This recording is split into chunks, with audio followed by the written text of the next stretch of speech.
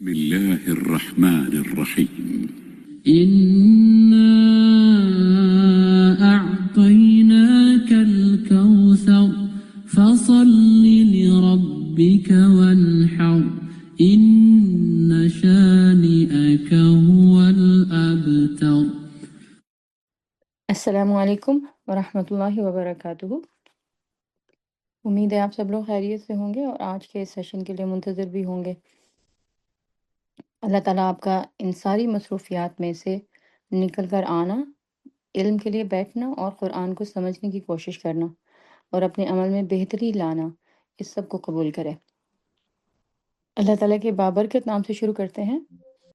ان الحمد للہ نحمده ونستعینه ونستغفره ونعوذ باللہ من شرور انفسنا ومن سیئات اعمالنا من يهده الله فلا مضل له ومن يضلله فلا هادي له ونشهد أن لا إله إلا الله ونشهد أن محمدا عبده ورسوله أما بعد فأعوذ بالله السميع العليم من الشيطان الرجيم من همزه ونفخه ونفسه بسم الله الرحمن الرحيم رب اشرح لي صدري ويسر لي أمري واحلل عقدة من لساني يفقهوا قولي اللهم انفعنا بما علمتنا وعلمنا ما ينفعنا وزدنا علما آمين ثم آمين اللهم صل على محمد وعلى آل محمد كما صليت على إبراهيم وعلى آل إبراهيم إنك حميد مجيد اللهم بارك على محمد وعلى آل محمد كما باركت على إبراهيم وعلى آل إبراهيم إنك حميد مجيد۔ ہم سورۃ الکوثر کی اسٹڈی میں خیر کثیر دیکھتے ہوئے، جو کہ ہم نے 3 آیات میں دیکھے، مختلف مضامین میں، مختلف جو جیمز میں جو اپنی عملی زندگی کو بہتر بنانے کے لیے، تو اس پورے سفر میں ان مضامین کو دیکھتے ہوئے، قرآن کو سمجھتے ہوئے، ان جیمز کو اکٹھا کرتے ہوئے آج ہم اپنے فائنل سیشن تک پہنچے ہیں۔ آج انشاءاللہ ہم سورۃ الکوثر کی سیریز کو کنکلوڈ کر دیں گے، اس کی تکمیل ہو جائے گی۔ ابھی تک جو ہم نے اس میں دیکھا ہے، وہ ہم نے یہ دیکھا کہ انسان کے اوپر مایوسی اور غم طاری ہو جاتا ہے اور پینک کا شکار ہو جاتا ہے، اپنی مرضی کے نتائج حاصل کرنا چاہتا ہے، اور جب اپنی مرضی کے نتائج نہیں ملتے تو پھر کیا ہو جاتا ہے؟ مایوس ہو جاتا ہے۔ یہی مایوسی پھر اس کو غم کی طرف لے جاتی ہے۔ کبھی کسی اپنے کا بچھڑنا اس کو غم میں مبتلا کر دیتا ہے، اس کو مایوس کر دیتا ہے، حالات اس کے قابو میں نہیں آتے تو مایوس ہو جاتا ہے۔ تو ان سب میں پھر کیا ہوتا ہے کہ یہ مایوسی اور یہ غم اس کو زندگی کے بڑے مقاصد یا زندگی جیسی ایک بڑی نعمت سے بھی محروم کر دیتے ہیں۔ تو ہم نے یہ چاہا تھا کہ اس صورت کی اسٹڈی کے دوران ہم اپنے لیے کچھ ایسے پریکٹیکل سٹیپس لے سکیں کہ اگر زندگی میں ہمیں جب ایسے حالات کا سامنا کرنا پڑے تو ہم اپنے آپ کو نہ تو مایوسی کا شکار ہونے دیں اور نہ ہی غم میں مبتلا کریں، بلکہ اطمینان اور سکون کی دولت حاصل کر سکیں، اور اس کے لیے اپنے ایمان اور توکل کو مضبوط کر سکیں۔ اس کے لیے ہم نے اس مقصد کو، اس ٹارگٹ کو سامنے رکھتے ہوئے ہم نے سورۃ الکوثر کی اسٹڈی شروع کی تھی، اور پھر اس میں ہم نے اللہ کے رسول صلی اللہ علیہ وسلم کی زندگی کے حالات، ان کے بارے میں پڑھا تھا۔ تو اس صورت میں ہم نے ایک طرف رسول اللہ صلی اللہ علیہ وسلم کو ملنے والا اجر، انہوں نے جو تکالیف برداشت کیں، جو آزمائشیں دیکھیں، پھر اس کے اوپر جو انہوں نے صبر کیا اور اپنے ٹارگٹ، اپنے مقصد سے پیچھے نہیں ہٹے، اس کی وجہ سے جو ان کو ملنے والا اجر ہے، ایک طرف ہم نے اس کو دیکھا تھا، اور دوسری طرف ہم نے اپنے آپ کو اپنے لیے فائدہ مند بنانے کے لیے، اپنے لیے بھی اور دوسروں کے لیے بھی کچھ پریکٹیکل سٹیپس جو ہیں وہ دیکھے تھے اور لیے تھے۔ تو اگر یہ دیکھا جائے تو سورۃ الکوثر کی اسٹڈی کے دوران میں ہم نے ایک طرف اللہ کے رسول صلی اللہ علیہ وسلم کو ملنے والا صرف اجر ہی نہیں پڑھا، بلکہ ہم نے یہ بھی دیکھا کہ یہ صورت ہمیں کس چیز کے لیے موٹیویٹ کر رہی ہے اور کدھر جو ہے وہ ہمیں بلا رہی ہے۔ اللہ کا بلاوا اس صورت میں ہمارے لیے کیا ہے، ہمارے لیے اس کے لفظوں میں کیا پیغام اور کیا میسیجز جو ہیں وہ چھپے ہوئے ہیں۔ اسی سلسلے کو آگے بڑھاتے ہوئے آج کا جو سیشن ہوگا اس میں ہم کچھ خاص میسج حاصل کریں گے، کیونکہ جن دنوں میں ہم یہ سیشن کنڈکٹ کر رہے ہیں یہ ویسے بھی بہت خاص الخاص دن ہے۔ اللہ کے ہاں ان دنوں کا خاص سٹیٹس ہے، خاص مرتبہ ہے۔ یہ دن جو ہیں ان دنوں میں کیے ہوئے اعمال اللہ کے ہاں عام دنوں میں کیے ہوئے نیکی کے اعمال سے درجے میں اور اجر میں بہت بڑھ کر ہے۔ تو اللہ کے ہاں یہ بڑے خاص دن ہیں، اللہ کے بہت محبوب دن ہیں۔ تو ان محبوب دنوں میں، ان خاص دنوں میں اللہ کی کچھ ایسی خاص ہستیاں یا ان ہستیوں میں سے ایک کا ذکر، جس کو ہم سورۃ الکوثر کی اسٹڈی کے دوران میں ایک تو دیکھ چکے ہم نبی صلی اللہ علیہ وسلم، اب اس کے علاوہ ایک اور ہستی اللہ تعالیٰ کی خاص جو کہ ابراہیم علیہ السلام ہیں، ہم ان کے بارے میں انشاءاللہ دیکھیں گے، کیونکہ ابراہیم علیہ السلام کے بارے میں اللہ تعالیٰ نے اللہ کے رسول صلی اللہ علیہ وسلم کو حکم دیا، پھر ہمیں الگ سے بھی حکم دیا۔ اللہ کے رسول صلی اللہ علیہ وسلم کو حکم دیا سورہ آل عمران کے اندر کہ فَاتَّبِعْ مِلَّةَ أَبِيكُمْ ابراہیم، اپنے باپ ابراہیم کے طریقے پر قائم ہو جاؤ، اس کی ملت پر قائم ہو جاؤ، اس کے طریقے کو فالو کرو۔ ہمیں الگ سے حکم دیا سورۃ الحج کہ ملت ابیکم ابراہیم، اپنے باپ ابراہیم کی ملت پر قائم ہو جاؤ۔ تو اس کا مطلب ہے کہ ابراہیم علیہ السلام کا اللہ کے رسول صلی اللہ علیہ وسلم سے کچھ گہرا تعلق ہے، اور اس تعلق میں ہمارے لیے بھی کچھ حصہ ہے۔ تو آج کے اس سیشن میں ہم یہی دیکھیں گے کہ اللہ کے رسول صلی اللہ علیہ وسلم کا ابراہیم علیہ السلام کے ساتھ کیا تعلق ہے، اور ابراہیم علیہ السلام کا نبی صلی اللہ علیہ وسلم کو ملنے والے خیر کثیر کے ساتھ کیا تعلق بنتا ہے۔ اور چونکہ ظاہر ہے کہ ہمارا تعلق اللہ کے نبی صلی اللہ علیہ وسلم کے ساتھ ہے، اور اللہ کے نبی صلی اللہ علیہ وسلم کے ناطے سے ابراہیم علیہ السلام کے ساتھ، تو پھر ہمارا بھی جو ہے وہ اس خیر کثیر میں کیا حصہ بنتا ہے، اور کیسے ہم اس حصے کو بآحسن لے سکتے ہیں، یہ ہمارے آج کے لرننگ آبجیکٹیوز ہیں۔ تو جب ہم یہ بات کرتے ہیں کہ ہمیں ابراہیم علیہ السلام کے طریقے کو فالو کرنا ہے، تو سب سے پہلے پھر یہ دیکھنا پڑے گا کہ ابراہیم علیہ السلام کون تھے، کون ہیں یہ۔ اور جب میں یہ سوال کر رہی ہوں تو ہو سکتا ہے کہ آپ میں سے کسی کے ذہن میں فوراً یہ آئے کہ ابراہیم علیہ السلام خلیل اللہ تھے، ابراہیم علیہ السلام اللہ تعالیٰ کے بہترین دوست تھے، اللہ تعالیٰ نے ان کو اپنا خلیل کہا، اور کیا کہا وَاتَّخَذَ اللَّهُ إِبْرَاهِيمَ خَلِيلًا، اللہ نے ابراہیم علیہ السلام کو خلیل بنا لیا۔ ہم انسان یہ دعویٰ کریں نا کہ اللہ میرا دوست ہے، تو ہماری یہ بات دعویٰ ہو سکتی ہے، کلیم ہو سکتی ہے، اس میں کتنی سچائی ہے، کتنی حقیقت ہے، یہ اللہ ہی جانتا ہے۔ لیکن اگر اللہ یہ بات کہے کہ میں نے کسی کو دوست بنا لیا، جیسے کہ اللہ تعالیٰ نے کہا وَاتَّخَذَ اللَّهُ إِبْرَاهِيمَ خَلِيلًا، اللہ تعالیٰ نے صرف ابراہیم کو اپنا دوست نہیں بتایا، اپنا خاص دوست بنایا۔ خلیل اس دوست کو کہتے ہیں جس کے ساتھ انسان تنہائی کے وقت لمحات شیئر کرنا چاہتا ہے، اس کے ساتھ خوش ہوتا ہے بیٹھ کر بات کر کے۔ تو ابراہیم علیہ السلام کو اللہ تعالیٰ نے یہ خاص سٹیٹس جو ہے وہ دیا، اور پھر ابراہیم علیہ السلام کو جب یہ سٹیٹس دیا تو ان کے اس طریقے کو ہمارے لیے نمونہ بنا دیا کہ کون سے طریقے تھے جن پر چل کر ابراہیم علیہ السلام اس سٹیٹس اور اس مرتبے کو پانے میں کامیاب ہوئے۔ ابھی تک ہم اللہ تعالیٰ کے دو دوستوں کے بارے میں جانتے ہیں۔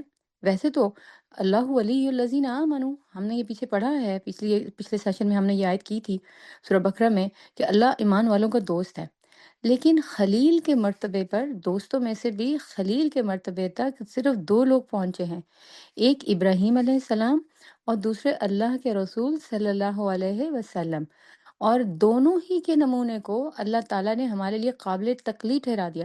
اللہ کے رسول صلی اللہ علیہ وسلم نے اپنے بارے میں کہا کہ اگر اللہ تعالیٰ نے مجھے اپنا خلیل نہ بنایا ہوتا تو میں ابو بکر صدیق کو اپنا خلیل بنا لیتا۔ تو اس کا مطلب اللہ تعالیٰ نے ابراہیم علیہ السلام کو بھی اپنا خلیل بنایا، اور اللہ تعالیٰ نے محمد صلی اللہ علیہ وسلم کو بھی اپنا خلیل بنایا۔ اور آپ صلی اللہ علیہ وسلم کے بارے میں پھر ہمیں کیا انسٹرکشن دے دی کہ لَقَدْ كَانَ لَكُمْ فِي رَسُولِ اللَّهِ أُسْوَةٌ حَسَنَةٌ، کہ رسول اللہ صلی اللہ علیہ وسلم کا زندگی گزارنے کا جو طریقہ سلیقہ تھا تمہارے لیے وہی نمونہ ہے، وہی رول ماڈل ہے۔ تم نے وہی کرنا ہے جو انہوں نے خوشی میں کیا، تم نے ویسے ہی بیہیو کرنا ہے جیسے انہوں نے غم میں کیا، جیسے انہوں نے مشکل حالات میں اپنے کردار کی مضبوطی کو، اپنے اخلاق کو نچلے لیول پر نہیں آنے دیا، تم نے بھی اسی طریقے کو فالو کرنا ہے۔ اور یہی بات جو ہے وہ اللہ تعالیٰ نے ابراہیم علیہ السلام کے لیے کہی، ہمیں بھی اور اللہ کے رسول صلی اللہ علیہ وسلم کو بھی۔ جیسے کہ سورۃ النحل کی آیت ہے نا، جس میں اللہ تعالیٰ خود ابراہیم علیہ السلام کا جب انٹروڈکشن کراتے ہیں تو کہتے ہیں کہ ان ابراہیم کان امتن۔ ابراہیم علیہ السلام کون تھے؟ ایک پوری امت تھے۔ کیسے امت تھے؟ انشاءاللہ اس کو آگے ڈیٹیل میں دیکھیں گے۔ ایک شخص تھا جو کہ کئی ہزار سال پہلے دنیا میں آیا اور چلا گیا، اور اللہ تعالیٰ اس کو کہہ رہے ہیں وہ امت تھا۔ امت سمجھتے ہیں آپ؟ امت ایسے گروہ پر مبنی لوگ ہوتے ہیں جو کہ کثیر تعداد میں بھی ہوتے ہیں، اور پھر یہ کہ آ، ایک ہی جیسے، مطلب ایک ہی نسل سے تعلق رکھنے والے، ایک علاقے سے تعلق رکھنے والے، ایک جیسے انٹرسٹ رکھنے والے۔ یہ کچھ ڈیفینیشنز ہیں جو کہ امت کی ہیں۔ مثلا ہم جو ہیں اللہ کے رسول صلی اللہ علیہ وسلم کی امت ہیں۔ آپ صلی اللہ علیہ وسلم 1400 سال پہلے آئے تھے۔ جو 1400 سال پہلے جن لوگوں نے آپ کو فالو کیا یا فالو نہیں کیا، سب آپ کی امت ہیں۔ تو کتنی کثیر تعداد ہے؟ ابھی بھی اس وقت دنیا کی آبادی اربوں میں ہے، تو یہ سب اللہ کے نبی صلی اللہ علیہ وسلم کی امتی ہیں۔ چاہے یہ امتی وہ ہیں جو آپ کو مانتے ہیں، یا چاہے وہ ہیں جو نہیں مانتے ہیں، اب یہ قیامت تک سب آپ کی امت کے لوگ ہی ہیں۔ تو آپ سوچ سکتے ہیں کہ اتنی کثیر تعداد میں لوگوں کے برابر ایک شخص کو اللہ تعالیٰ نے کھڑا کر دیا اور کہا ساری دنیا کے لوگ یہ ایک طرف، یہ ایک امت کے لوگ ایک طرف، اور یہ ابراہیم علیہ السلام ایک طرف۔ تو سمجھ میں آنے والی بات ہے کہ اس کا مطلب ہے کہ ابراہیم علیہ السلام کے کردار میں، ان کے عمل میں کوئی تو ایسی بات ہے کہ اللہ نے ان کو امت کہا ہے۔ پھر کہا قانتا للہ، اور وہ ایسے تھے فرما بردار اللہ کے کہ ساری زندگی فرما برداری کرتے رہے۔ جب امت کی بات کی نا، تو اس میں کہا بڑے بڑے کام کرنے والے، بہت زیادہ کام کرنے والے۔ اور ایک شخص جو ایک کام کر سکتا ہے، 10 لوگ مختلف کام کر سکتے ہیں، تو ان 10 لوگوں کے مختلف کام ایک شخص نے کیے۔ یہ میں اگزامپل کے طور پر دے رہی ہوں، سمجھا رہی ہوں کہ امت میں جب ابراہیم علیہ السلام کو لایا گیا تو اس کا مطلب کیا ہے۔ اور قانتا للہ، تو پھر کہا کہ وہ ہمیشہ کے فرما بردار تھے، ہمیشگی کی انہوں نے فرما برداری میں، ہمیشگی کی عاجزی کی اللہ تعالیٰ کے سامنے۔ اور پھر اس کے بعد کہا کہ حنیفاً، پھر وہ یکسو تھے، متوجہ تھے اللہ ہی کی طرف۔ مختلف زندگی کے وہ کام کرتے رہے ہیں۔ ہم نے دیکھا انہوں نے ٹریولنگ بھی کی، ان کی زندگی کے جب ہم حالات پڑھتے ہیں، انہوں نے ٹریولنگ بھی کی ہے، انہوں نے کام کاروبار بھی کیا ہے، ان کی بیویاں بھی تھیں، ان کے بعد میں آخری عمر میں بچے بھی ہوئے ہیں۔ تو ان سب میں اللہ تعالیٰ کہتے ہیں وہ حنیفاً تھے۔ تو مطلب جو ہے وہ کیا، اس کو ہم آسانی سے سمجھ سکتے ہیں۔ ہمارے لیے بڑی اچھی اگزامپل ہے جب ہم ماں بنتی ہیں، اور اس کلاس میں زیادہ چونکہ عورتوں کی ہی کلاس ہے، تو کچھ مائیں ہیں، کچھ نانیاں ہیں، کچھ دادیاں ہیں جن کو اللہ نے ماں نہیں بنایا، اللہ ان کو یہ شرف دے۔ اللہ تعالیٰ ان کو بھی اولاد کی اس نعمت سے جو ہے وہ سرفراز کرے۔ تو ہم یہ دیکھتے ہیں کہ جب بچہ چھوٹا ہوتا ہے تو اس کی ماں جو ہوتی ہے وہ کیا ہوتی ہے کہ سارے کی ساری اس کی ایکٹیویٹیز اس بچے کے ارد گرد گھوم رہی ہوتی ہیں۔ ماں کچن میں کام کر رہی ہوتی ہے تو دھیان بچے کی طرف ہوتا ہے۔ ماں جو ہے وہ اگر صفائی کر رہی ہے تو دھیان بچے کی طرف ہے کہ اٹھ نہ جائے، رو نہ رہا ہو، کھیل نہ رہا ہو، کھیل رہا ہو تو کوئی چوٹ نہ لگ جائے۔ اور پھر یہ ہے کہ اس سب کے دوران میں اگر وہ کھیل رہا ہے، اس کو چوٹ لگ گئی تو بھی جو ہے وہ پھر دوبارہ اس کو ماں اپنے سارے کام کاج چھوڑ کے دوبارہ دھیان جو ہے وہ بچے کی طرف لگا دیتی ہے۔ اب اس سب میں ہم دیکھتے ہیں کہ اس کی ساری ایکٹیویٹیز جو ہوتی ہیں وہ بچے کے گرد گھوم رہی ہوتی ہیں۔ اپنے کام کاج بھی ہیں، گھر کے بھی ہیں، باقی لوگوں کی خدمت بھی ہے، دوسرے جو فیملی ممبرز ہیں ان کا خیال بھی ہے، لیکن بچہ جو ہے وہ ساری توجہ اپنی طرف کھینچ رہا ہوتا ہے۔ تو بالکل جب اللہ تعالیٰ حنیفاً کی بات کرتے ہیں تو مطلب یہ کہ ابراہیم علیہ السلام زندگی میں جو بھی کام کر رہے ہوتے تھے یا جو کچھ بھی انہوں نے کیا، دھیان کدھر ہوتا تھا؟ اللہ کی طرف۔ جیسے کہ اللہ کے رسول صلی اللہ علیہ وسلم کے بارے میں بھی حضرت عائشہ کہتی ہے نا کہ آپ ہمارے ساتھ گھر میں ہوتے تھے، ہم جس کام میں کر رہے ہوتے تھے، جس کام کو، اس میں ہمارے ساتھ شریک ہو جاتے تھے، لیکن جیسے ہی اللہ اکبر کی آواز آتی تھی تو سب کام کاج چھوڑ کر گھر سے چلے جاتے تھے، ہم سے بیگانہ ہو جاتے تھے۔ تو بالکل یہی بات جو ہے وہ ابراہیم علیہ السلام کے بارے میں۔ پھر اللہ تعالیٰ کہتے ہیں ولم یکو من المشرکین، اور وہ مشرکوں میں سے نہیں تھے۔ یعنی پیچھے حنیفاً کی بات کر کے یہ بتا دیا کہ اللہ کے علاوہ کسی اور کی بات کو انہوں نے اس طریقے سے اہمیت نہیں دی اور اس کے لیے وہ سرگرمی نہیں دکھائی جو اللہ کی بات کے لیے، اللہ کے حکم کی اطاعت کے لیے کی۔ پھر اس کے بعد اللہ تعالیٰ نے مزید ان کی تعریف کی اور کہا شاکر لانعمہ، نعمت کا شکر کرنے والے تھے ابراہیم علیہ السلام۔ اجتباہ، اللہ تعالیٰ نے اس لیے چنا تھا انہیں، وہداہ الی صراط مستقیم، اور انہیں سیدھا راستہ دکھایا تھا۔ تو ہمیں کیا کہا گیا ہے؟ اہدنا الصراط المستقیم، سیدھے راستے کے اللہ سے دعا مانگو، اور سیدھے راستے کو فالو کرنا ہو تو پھر کیا کرو؟ ملت ابیکم ابراہیم، اپنے باپ ابراہیم کے طریقے کو فالو کرو۔ پھر اس کے بعد اللہ تعالیٰ نے مزید ان کے بارے میں کہا کہ وَآتَيْنَاهُ فِي الدُّنْيَا حَسَنَةً، پھر ہم نے ان کو دنیا میں اچھی زندگی دی، وَإِنَّهُ فِي الْآخِرَةِ لَمِنَ الصَّالِحِينَ، اور آخرت میں وہ صالحین میں سے ہوں گے۔ اور ان ساری باتوں کو کرنے کے بعد پھر کیا حکم دیا کہ ہم نے پھر ثم اوحینا الیکا، پھر ہم نے وحی کی آپ کی طرف، یعنی اللہ کے رسول صلی اللہ علیہ وسلم کی طرف وحی کی اور آپ کو حکم دیا۔ اب یہ حکم کیا ہے؟ انتبی ملت ابراہیم، آپ ابراہیم علیہ السلام کے طریقوں کو اپنی زندگی میں خوشی خوشی اور محبت کے ساتھ اپنائیں۔ وما، اور پھر اس کے بعد مزید کہا حنیف ہوں وما کان من المشرکین، تو پھر دوبارہ حنیف کہہ کے ان کی تعریف کی، دوبارہ یہ کہا وہ مشرک نہیں تھے، اللہ کے علاوہ کسی اور کو اپنی زندگی میں اس طریقے سے انہوں نے ترجیح نہیں دی، اہمیت نہیں دی۔ پھر اس کے بعد جو ہے وہ اللہ تعالیٰ نے یہ بات ان آیات میں بتا کر ابراہیم علیہ السلام کی خود تعریف کی ہے، اور ہمیں جو ہے وہ موٹیویٹ کیا ہے کہ ہم ان کے طریقے کو اپنی زندگی میں اہمیت دیں۔ اور اللہ کے رسول صلی اللہ علیہ وسلم کو بھی جو ہے وہ یہی حکم دیا گیا تھا۔ تو ہم نے جو ہے وہ اس میں کیا سیکھا ابھی تک کہ ابراہیم علیہ السلام جو ہیں وہ کون تھے؟ اللہ کے خلیل تھے۔ اللہ تعالیٰ نے خود ان کی تعریف کی، ان کو امت کہا، ان کو جو ہے وہ فرما بردار کہا، اور پھر ساتھ میں ہمیں کہا کہ ہم نے ان کے طریقے کو فالو کرنا ہے۔ اچھا، ابھی یہ تعارف کمپلیٹ نہیں ہوا۔ اگر میں پھر پوچھوں کہ اچھا ابراہیم علیہ السلام کون تھے، تو کچھ اور کے ذہن میں یہ آیا ہوگا کہ وہ جنہوں نے اللہ کا گھر بنایا تھا، اور انہوں نے اللہ کا گھر بنایا تھا۔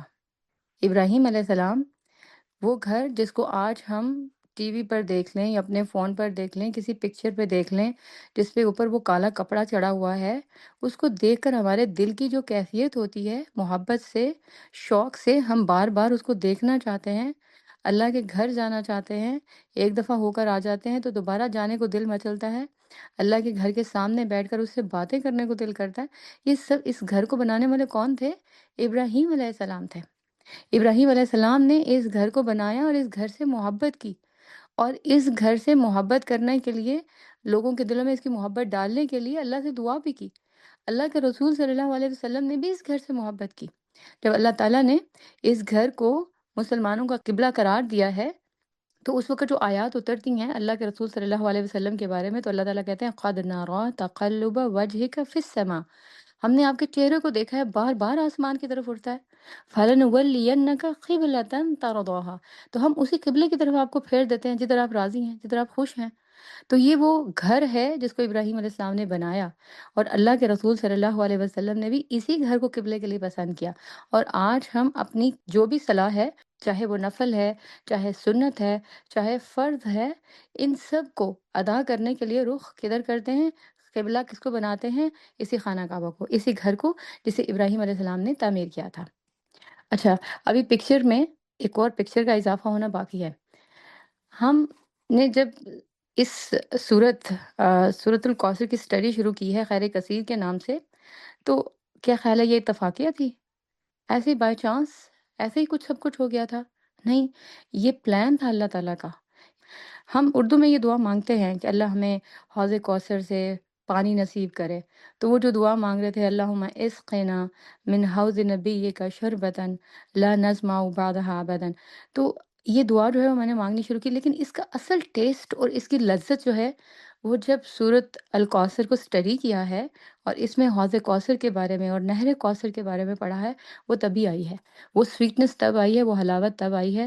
اس شربت کو پینے کا جو ایک کا شوق ہے اور جو ذوق ہے، اس میں اضافہ اس صورت کی اسٹڈی کے بعد ہی ہوا ہے۔ یہ سورت جو ہے یہ کس کا حصہ ہے؟ اس قرآن عظیم کا حصہ ہے جو اللہ تعالیٰ نے اپنے نبی صلی اللہ علیہ وسلم کو معجزانہ طور پر، کتاب کے طور پر، زندگی گزارنے کے طریقے اور سلیقے کے طور پر جو ہے وہ دیا ہے۔ یہ کس کی دعا پر آپ کو دیا گیا تھا؟ ابراہیم علیہ السلام کی دعا پر۔ اور ہم جانتے ہیں جب ابراہیم علیہ السلام اللہ کے گھر کی تعمیر کر رہے تھے، دیواروں کو اٹھا رہے تھے، تب انہوں نے یہ دعا مانگی تھی اللہ سے، ربنا وابعث فیہم رسولا منہم یتلو علیہم آیاتک ویعلمہم الکتاب والحکمت ویزکیہم، اے اللہ ان میں ایسا رسول مبعوث فرما، اشارہ کدھر تھا؟ اپنے بیٹے اسماعیل اور اس کی نسل، اس کی پروجنی کی طرف۔ ان میں ایک ایسا رسول بھیج جو انہیں تیری آیات پڑھ کر سنائے، انہیں کتاب اور حکمت کی تعلیم دے اور انہیں پاکیزہ کرے۔ اس دنیا میں رہتے ہوئے دنیا کی علائشوں میں، گناہوں میں، نفس کی شرارتوں میں، شیطان کے ہتھ کنڈوں میں آنے کے بعد یہ آلودہ ہو جائیں، انہیں پاکیزہ کرے، پاکیزہ ہونے کے طریقے بتائے اور سکھائے ان کو۔ تو یہ جو کتاب ہمیں ملی ہے، جس کی وجہ سے ہم پاکیزگی اختیار کر پاتے ہیں، یہ ابراہیم علیہ السلام کی دعا پر ہمیں ملی ہے۔ اس سورت کو جو ہم نے پڑھا ہے، سورۃ الکوثر کو، اور اپنی زندگی کے مختلف حالات کے لیے پریکٹیکل لیسنز جو ہے وہ ہم نے اس میں لیے ہیں۔ ہمیں جو ملی ہے یہ دولت، یہ عظیم دولت، یہ ابراہیم علیہ السلام کی دعا پر، جو کہ اس قرآن کا حصہ ہے، وہ ہمارے مقدر میں ہوئی ہے۔ تو صرف اللہ کے رسول صلی اللہ علیہ وسلم کا ہی ابراہیم علیہ السلام کے ساتھ ڈائریکٹ تعلق نہیں ہے، بلکہ ہمارا بھی تعلق ہے۔ اور پھر اللہ کے رسول صلی اللہ علیہ وسلم اسی دعا کے نتیجے میں تو ہمیں پیغمبر کی حیثیت سے ملے ہیں، اور ہم نے ان کے امتی ہونے کا یہ اسٹیٹس و مرتبہ حاصل کیا ہے۔ آپ صلی اللہ علیہ وسلم خود کہتے ہیں کہ میں دعائے ابراہیم ہوں۔ آپ نے کہا ابراہیم علیہ السلام کی میں دعا کا جواب ہوں، یعنی اللہ نے ان کی دعا قبول کی۔ یہی دعا جب وہ مانگ رہے تھے کہ میری اس نسل میں، میرے اس بیٹے کی اس نسل میں سے ایک ایسا پیغمبر ہو جو کہ اللہ کی آیات ان کو پڑھ پڑھ کر سنائے، تو اللہ کے رسول صلی اللہ علیہ وسلم ڈائریکٹ ابراہیم علیہ السلام کے ساتھ ان کی نسل سے بھی تعلق رکھتے ہیں، اور پھر اس کے ساتھ ساتھ ان کی اس دعا کا نتیجہ ہے جو انہوں نے کی تھی۔ اور ان کی اس دعا میں صرف اللہ کے رسول صلی اللہ علیہ وسلم یا پھر یہ کہ بنو اسماعیل کو فائدہ نہیں ہوا، پوری دنیا کے لوگوں کو ہوا۔ کیا ہم جو ہے وہ بنو اسماعیل سے تعلق رکھتے ہیں؟ ہمیں نہیں پتا۔ ہم انڈو پاکستان سے تعلق رکھنے والے لوگ، مختلف علاقوں سے، مختلف نسلوں سے، مختلف خون سے، اور ہمیں بھی اس کتاب میں سے حصہ مل رہا ہے۔ ہم اس زمین پر رہنے والے، اس فرش پر رہنے والے لوگ، اور ہمارا تعلق کہاں جا کر قائم ہوتا ہے؟ اللہ تعالیٰ کے ساتھ جو عرش پر ہے۔ ہمارے اور اللہ کے درمیان کتنے اربوں کھربوں کلومیٹرز کا فاصلہ ہے، ہم کیسے پہنچ سکتے تھے اللہ تک؟ لیکن آپ اس کتاب کو اپنے ہاتھ میں لیتے ہیں۔ آپ جب جب بیٹھے ہیں قرآن کو ہاتھ میں لے کے اس سورت کی سٹڈی کے دوران، ہم نے کبھی یہ محسوس کیا کہ ہم ڈائریکٹ اللہ کی نظروں میں ہیں؟ کیونکہ اللہ تعالیٰ قرآن میں ایک جگہ فرماتے ہیں کہ جب تم اس قرآن کو پڑھتے ہو تو ہم تمہیں دیکھ رہے ہوتے ہیں۔ اس میں نبی صلی اللہ علیہ وسلم کی طرف اشارہ کیا گیا، لیکن اس کے ساتھ ساتھ ہر وہ شخص اللہ کی کتاب کو ہاتھ میں لے کر پڑھتا ہے، اللہ تعالیٰ اس کو دیکھتے ہیں۔ تو کہاں ہم اور ہماری ذات، اور کہاں اللہ جیسی عظیم ہستی، اللہ کی ذات، اور وہ ہمیں دیکھے اپنے عرش سے، جب ہم اس کا کلام اپنے ہاتھ میں پکڑیں، اس کو پڑھنے کی کوشش کریں، اس کو سمجھنے کی کوشش کریں، تو اس خیر کثیر میں سے ہم نے بھی حصہ پایا ہے، جس کی دعا ابراہیم علیہ السلام نے کی تھی اپنی نسل کے لیے۔ تو اس سے پھر جو ہے وہ ہمیں کیا پتہ چلا کہ ابراہیم علیہ السلام اللہ کے خلیل، ابراہیم علیہ السلام خانہ کعبہ کی تعمیر کرنے والے، ابراہیم علیہ السلام ہمارے لیے قرآن جیسی عظیم نعمت لانے کا باعث بننے والے، اور ابراہیم علیہ السلام اللہ کے نبی صلی اللہ علیہ وسلم کے جیسے نبی کو ہمارے لیے آخری نبی کے طور پر ہماری قسمت میں، ہماری زندگیوں میں ہمارے مقدر کا حصہ بنانے والے، اللہ سے دعا کرنے والے۔ تو یہ ہیں ابراہیم علیہ السلام۔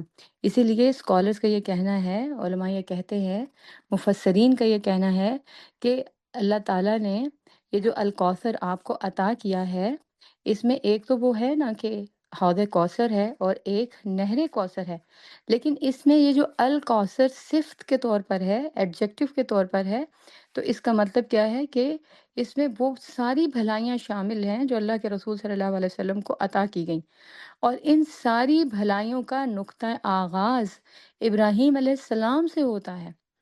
وہ ان بھلائیوں کا شروع کرنے والے تھے، ان کے لیے دعائیں کرنے والے تھے، ان کے لیے کوششیں کرنے والے تھے۔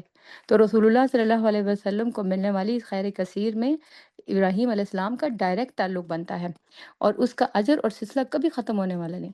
ہم نے درود پڑھا اپنی کلاس کے آغاز میں، اور ہم یہ درود پڑھتے ہیں اپنی ہر نماز کے اندر، اور جب جب ہمیں ٹائم ملتا ہے، ہمیں موقع ملتا ہے، ہم محبت سے اس درود کو پڑھتے ہیں۔ یہ درودوں کا تاج ہے، درود ابراہیمی۔ تو اس میں ہم کیا کہتے ہیں اللہ تعالیٰ کو؟ اے اللہ، ابراہیم علیہ السلام پر جیسے آپ نے رحمت برکتیں نازل کی ہیں، ویسے ہی محمد صلی اللہ علیہ وسلم پر اور آل محمد پر نازل کریں۔ تو ابراہیم علیہ السلام کو جو خیر ملی، اس کا اجر، اس کا سلسلہ کبھی ٹوٹنے والا نہیں، اور یہی اجر اور یہی سلسلہ، اسی میں سے حصہ جو ہے وہ نبی صلی اللہ علیہ وسلم کو ملا ہے، اور اسی چیز کو جو ہے وہ ہم اس صورت کے اندر جو ہے وہ اسٹڈی کر رہے ہیں، اسی سلسلے کو، اور اس میں سے ہم اپنا حصہ تلاش کر رہے ہیں، ہمیں کیسے اپنے اعمال کو ٹھیک کرنا ہے، ہمیں کیسے اپنے حالات کو بہتر کرنا ہے، ہمیں کیسے مایوسی اور غم کے اندھیروں سے نکلنا ہے۔ یہ جو ہے وہ ہمارا مقصد تھا اس صورت کو پڑھنے کا، اور ابراہیم علیہ السلام کا اس صورت کے ساتھ بہت گہرا تعلق ہے۔ یہ صورت انسان کو غم، مایوسی، ان سب اندھیروں سے نکالتی ہے، فرسٹریشن سے، اور ابراہیم علیہ السلام امید کا سمبل اور تارا ہے۔ امید اور ابراہیم علیہ السلام اگر کہا جائے تو ایک ہی سکے کے دو رخ ہیں، ان کو اپنی زندگی میں ہم نے کبھی مایوس نہیں دیکھا۔ ایک جو قرآن کے اندر آیت آتی ہے، جو وہ جواب میں کہتے ہیں فرشتے کے کہ مایوس تو صرف کافر لوگ ہی ہوا کرتے ہیں، اور پھر جب اپنے باپ کے لیے دعا کرتے ہیں اور اس کو کہتے ہیں کہ ٹھیک ہے میں آپ سے رخصت ہو جاؤں گا، تو ساتھ میں کیا کہتے ہیں کہ میں اپنے رب سے دعا مانگ کر کبھی بھی مایوس نہیں ہوا، میں اس اپنے رب سے آپ کے لیے دعا مانگوں گا، انی ساستغفر لک ربی، میں آپ کے لیے اپنے رب سے دعا مانگوں گا، انہو کان بی حفیہ، وہ کبھی مجھ سے دور نہیں رہا۔ تو اللہ کے ساتھ اچھی امیدیں رکھنے والے، اللہ سے ہمیشہ اچھائی کی، خیر کی، بھلائی کی دعائیں مانگنے والے، یہ ابراہیم علیہ السلام ہیں۔ ان کے طریقے کو اللہ تعالیٰ نے کہا ہے ہمارے لیے کہ یہ نمونہ ہے تمہارے لیے، تم اپنے باپ ابراہیم علیہ السلام کی ملت پر قائم ہو جاؤ۔ اور دیکھیں ہم نے سورۃ الکوثر کی، تو ہم نے اس کی جو مڈل والی آیت تھی، جس کے بارے میں ہم نے یہ کہا تھا کہ یہ آیت ایک طرف سے پہلی آیت کو پکڑے ہوئے ہے، اور دوسرے اینڈ سے دوسری آیت کو، یہ جو آخری آیت ہے اس کو، اور وہ کون سی آیت ہے؟ فَصَلِّ لِرَبِّكَ وَانْحَرْ، کہ آپ نماز پڑھیے اور اپنے رب کے لیے قربانی کیجیے۔ تو یہ ابراہیم علیہ السلام ہی کا تو طریقہ تھا کہ وہ اللہ تعالیٰ کو اپنی دعاؤں میں، اپنی نمازوں میں پکارتے رہے، اللہ کے ساتھ جو ہے وہ منسلک رہے اور قربانیاں کرتے رہے۔ اور یہ جو عید الاضحیٰ ہے جس کو ہم مناتے ہیں، یہ بھی ابراہیم علیہ السلام کی قربانیوں کی یاد ہی کو تو تازہ کرتی ہے۔ تو ابراہیم علیہ السلام جو ہے وہ ہمارے لیے قابل نمونہ اور قابل تقلید ہیں۔ تو ابراہیم علیہ السلام نے پھر اپنی لیگیسی میں، اپنی تعلیمات میں، اپنی زندگی گزارنے کے طریقوں میں ہمارے لیے کیا چھوڑا ہے، اب ہم اس کی طرف چلتے ہیں۔ ہم دیکھتے ہیں کہ ابراہیم علیہ السلام نے پہلی چیز جو ہمیں سکھائی ہے اپنے طریقے میں، اپنی زندگی میں، وہ ہے ایمان اور توکل، اللہ پر کمپلیٹ ایمان، یقین کا وہ مظاہرہ جو انہوں نے مشکل ترین حالات میں بھی کیا، اور اللہ پر توکل۔ ان کی زندگی کا سب سے مشکل ترین ٹائم کون سا ٹائم تھا؟ جب ان کو ان کی اپنی فیملی نے، اپنے باپ نے ڈس اون کر دیا، اپنے قبیلے نے ان کو، بلکہ ان کے باپ نے ان کو سزا دلوانے کے لیے سب سے پہلے ایکشن لیا، خود جو ہے ان کو دھمکی دی۔ پہلے باپ ہی کی طرف سے ان کو دھمکی ملی تھی، باپ ہی کی طرف سے ایکشن لیا گیا کہ ان کو جو ہے وہ سزا دی جائے، اور پھر یہ کہ ان کا باپ آگ جلانے والوں میں بھی آگے آگے شامل تھا، اور پھر جب ان کو آگ میں پھینکا جانے لگا ہے، اور اس وقت ابراہیم علیہ السلام کیا کہتے ہیں؟ حسبنا اللہ و نعم الوکیل، کہ میرا اللہ پر ہی بھروسہ ہے، اللہ کافی ہے میرے لیے، وہ کافی ہے کارساز، وکیل میرے طور پر۔ اور اللہ کے رسول صلی اللہ علیہ وسلم کے ساتھیوں نے بھی یہ کہا تھا۔ ابن عباس کہتے ہیں کہ جب ابراہیم علیہ السلام کو آگ میں پھینکا جانے لگا تو انہوں نے یہی کلمہ کہا تھا کہ اللہ ہمارے لیے کافی ہے، وکیل کے طور پر، کارساز کے طور پر۔ اور اللہ کے رسول صلی اللہ علیہ وسلم کے ساتھیوں پر بھی جب قریش حملہ کرنے آئے، اور اس کے بعد لوگوں نے ان سے کہا کہ قریش نے بہت کچھ جمع کر رکھا ہے تمہارے خلاف، تو انہوں نے بھی اس وقت یہی کلمہ کہا تھا کہ حسبنا اللہ و نعم الوکیل۔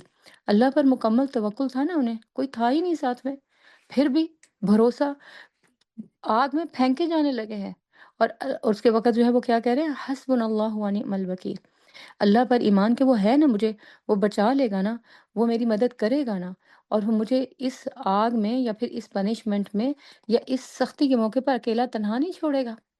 تو اللہ پر یہ توکل، اس کا نتیجہ جو ہے وہ کیا نکلا؟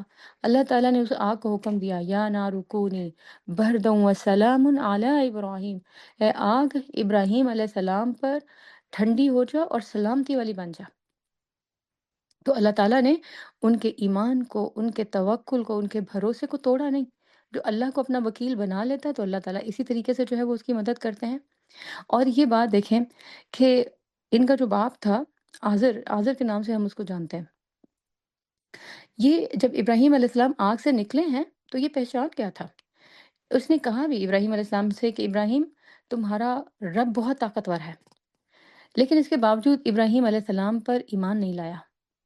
اور اگر ہم اللہ کے رسول صلی اللہ علیہ وسلم کی زندگی میں دیکھیں تو آپ صلی اللہ علیہ وسلم کا چچا ابو لہب، جو آپ کا ساتھی تھا، آپ کا ہمسایہ تھا، جانتا تھا، مانتا تھا، لیکن کیوں آپ کے ساتھ نہیں تھا؟ کیونکہ یہی دنیا، اس کے مرتبے، اس کا سٹیٹس، اس کے عہدے، یہ سب جو ہے وہ اس کو روکے ہوئے تھا، اور اس نے بھی آپ صلی اللہ علیہ وسلم کی مخالفت کی، آپ کا ساتھ نہیں دیا۔ اور یہ عازر، اس کے بارے میں بھی کہا جاتا ہے کہ جو اسرائیلی روایات ہیں وہ اس کے بارے میں یہ کہتی ہیں کہ یہ ابراہیم علیہ السلام کا باپ نہیں تھا بلکہ چچا تھا، اور ابراہیم علیہ السلام کے باپ کا نام تارح تھا، اور یہ جو ہے یہ عازر ان کا چچا تھا۔ اگر دیکھا جائے تو اس لحاظ سے بھی اللہ کے رسول صلی اللہ علیہ وسلم کے ساتھ بڑی سملیرٹی ہے ان حالات میں بھی۔ دونوں سائڈ پہ چچا ہیں، اور دونوں سائڈ پہ ہی اپنے ہی بھتیجوں کو نقصان دینے کے لیے، ان کی فیلنگز کو ہرٹ کرنے کے لیے سب سے آگے آگے ہیں۔ تو پھر اللہ تعالیٰ نے بھی جو ان کے ساتھ سلوک کیا ہے وہ ہمیں یہ بتاتا ہے کہ اگر اللہ کے ولیوں کے ساتھ دوستی نہ کی جائے اور ان کے ساتھ دشمنی اختیار کی جائے تو اللہ تعالیٰ کیسے جو ہے وہ ان کا مقابلہ کرتے ہیں۔ ایک تو یہ بات ہے۔ دوسری بات ہمارے لیے اس میں سیکھنے کی یہ ہے، اللہ کے لیے جو خون کے رشتے ہیں ان کی بڑی اہمیت ہے، اس لیے اللہ تعالیٰ نے اسپیشلی حکم دیا قرآن میں بار بار کہ جو وَإِيتَاءِ ذِي الْقُرْبَى، یہ جو ہے نا ذی القربہ، ان کے حق ادا کرو۔ یہ جو خون کے رشتے ہیں ان کو جوڑو آپس میں، ان کو کاٹو مت۔ تو یہ جتنی بھی ایسی باتیں اور حرکتیں ہوتی ہیں جس میں ہم سخت زبان استعمال کرتے ہیں، ایسے جملے بولتے ہیں جو دوسروں کی زندگی کو آزار کر دیتے ہیں، تکلیف دیتے ہیں لوگوں کو، اس سے جو ہے وہ کیا ہوتا ہے، اس سے ان کی زندگی مشکل میں آتی ہے، وہ تکلیف میں آ جاتے ہیں، اور ایسے سب کے سب لوگ جو ہیں اللہ کی نظر میں گناہ گار ہوتے ہیں۔ آپ دیکھیں کہ جب ابو لہب نے جو ہے آپ صلی اللہ علیہ وسلم کے ساتھ سختی کے ساتھ جو ہے معاملہ کیا ہے، اور دوسری طرف جو ہے یہ آزر، اس نے ابراہیم علیہ السلام کے ساتھ سختی کے ساتھ معاملہ کیا ہے، تو اللہ تعالیٰ نے بھی ان کے ساتھ سختی کے ساتھ نپٹا ہے۔ آزر کے بارے میں تو ہمیں یہ ملتا ہے کہ ابراہیم علیہ السلام اس کی سفارش کریں گے حشر کے میدان میں بھی، لیکن اللہ تعالیٰ اس کو بجو بنا کر جو ہے وہ جہنم میں داخل کریں گے۔ اور ابو لہب کے لیے تو دنیا میں ہی اللہ تعالیٰ نے سورۃ اللہب جو ہے اتار دی تھی، اور اس کے بارے میں کیا کہا تھا کہ تبت یدا ابی لہب وتب، کہ ٹوٹ گئے ابو لہب کے ہاتھ۔ 10 سال تک ابو لہب زندہ رہا اس صورت کے نازل ہونے کے بعد، لیکن اسلام قبول نہیں کر سکا۔ تو اس سے یہ بات پتہ چلتی ہے ہمارے لیے جو ہے وہ اس میں بہت سبق ہے سیکھنے کا، کہ اگر ہم اپنے فیملی ممبرز کے ساتھ سختی کے ساتھ معاملہ کرتے ہیں، ان کے دکھ تکلیف میں سخت ہو جاتے ہیں، یا ان کے ساتھ نرمی نہیں برتے اس وقت، تو اللہ تعالیٰ بھی ہمارے ساتھ سخت ہو جاتے ہیں۔ اللہ تعالیٰ بھی پھر ہمارے ساتھ جو ہے وہ سختی کے ساتھ جو ہے وہ معاملہ کریں گے۔ قرابت داروں کا بہت حق ہے، رشتہ داروں کا بہت حق ہے، ہاں جو وہ کرتے ہیں اس کا حساب وہ دیں گے، لیکن ہمیں یہ کہیں زیبا نہیں دیتا کہ ہم ان کے حق میں اس طریقے سے ظالم ہو جائے جس طرح سے اللہ کو نہ ماننے والے ہوئے۔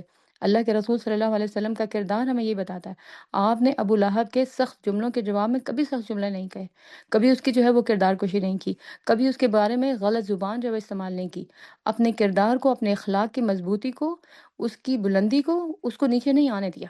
تو یہی جو ہے وہ اس میں ہمارے لیے ایک نمونہ جو ہے وہ یہ ہے۔ ابراہیم علیہ السلام کے کیریکٹر میں بھی ہمیں یہی پتہ چلتا ہے، جب آزر نے یہ کہا کہ وَہْجُرْنِی مَلِیَّ، میرے سے جو ہے وہ دور ہو جا، تو ابراہیم علیہ السلام نے آگے سے کیا جواب دیا؟ سلام علیکم، آپ پر سلام ہے، یعنی میری طرف سے آپ کو ایسا کوئی نقصان نہیں پہنچے گا۔ سأستغفر لک ربی، میں آپ کے لیے اپنے رب سے معافی کی درخواست کرتا رہوں گا۔ یہ کردار تھا ابراہیم علیہ السلام کا، جس کو اللہ تعالیٰ فالو کرنے کو ہمیں یہاں پہ کہہ رہے ہیں، کہ ایمان اور توکل اللہ پر، اور یہ کہ جو اپنے رشتہ دار ہیں یا دوسرے لوگ ہیں، انسان ہیں، ان کے ساتھ اخلاق کا اعلیٰ مظاہرہ۔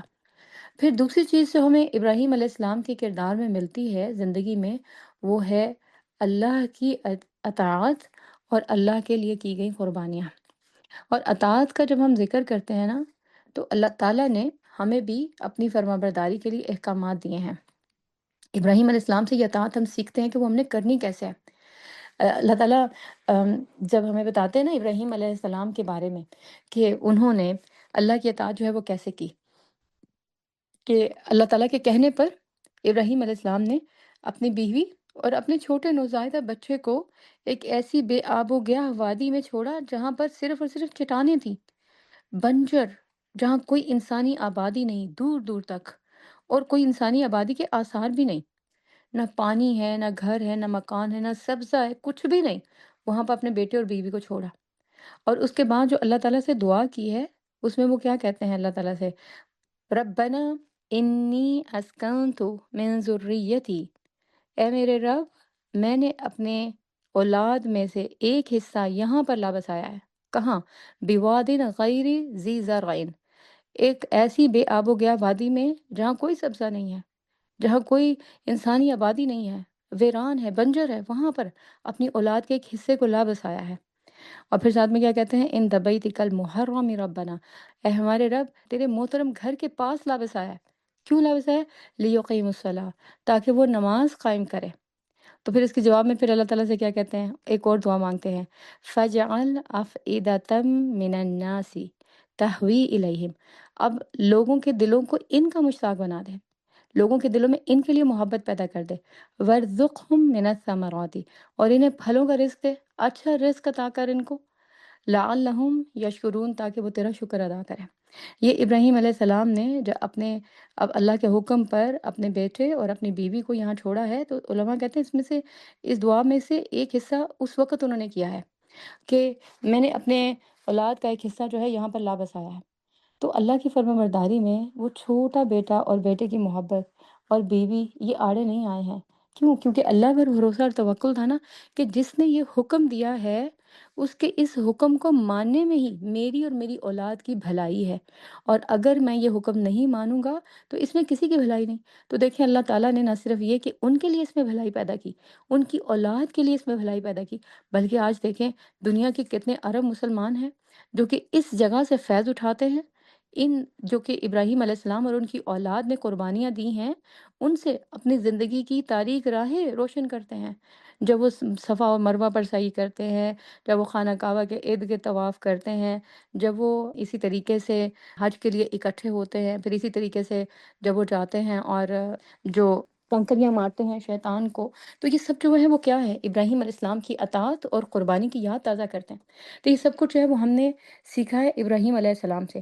اچھا، پھر اسی طرف دیکھیں، ہم کلمہ پڑھتے ہیں لا الہ الا اللہ، یہ کلمہ پڑھنا اور اس کا اظہار کہاں سے سیکھا ہم نے؟ ابراہیم علیہ السلام سے۔ ابراہیم علیہ السلام کو اللہ تعالیٰ کہتے ہیں ہم ملکوت السماوات والارض، زمین و آسمان کا نظام دکھاتے تھے، تو تاکہ وہ یقین کرنے والے ہو جائیں، تو دل میں ان کے یقین اتر گیا۔ پھر اس کے بعد انہوں نے کیا کیا؟ اس یقین کو دل میں چھپا کے نہیں رہے، اس کا اظہار کیا علل اعلان، اور وہ جو جتنے بت تھے نا اپنے ارد گرد جہاں پر سب عبادت کرتے تھے، ان کو توڑ دیا۔ اور بلکہ جو مختلف اور شرک ان کی قوم میں تھے، کہ کوئی اسی طریقے سے چاند کی پوجا کر رہا ہے تو کہنے لگے یہ میرا رب ہے، پھر ان کے لوگوں کے سامنے کہا اچھا یہ تو ڈوب گیا، یہ تو میرا رب نہیں ہے۔ اسی طریقے سے جو ہے وہ کہا سورج یہ میرا رب ہے، پھر کہا کیونکہ یہ بڑا ہے، پھر جب وہ ڈوب گیا تو کہا یہ بھی میرا رب نہیں ہے، میں تو ڈوبنے والوں سے محبت نہیں کرتا۔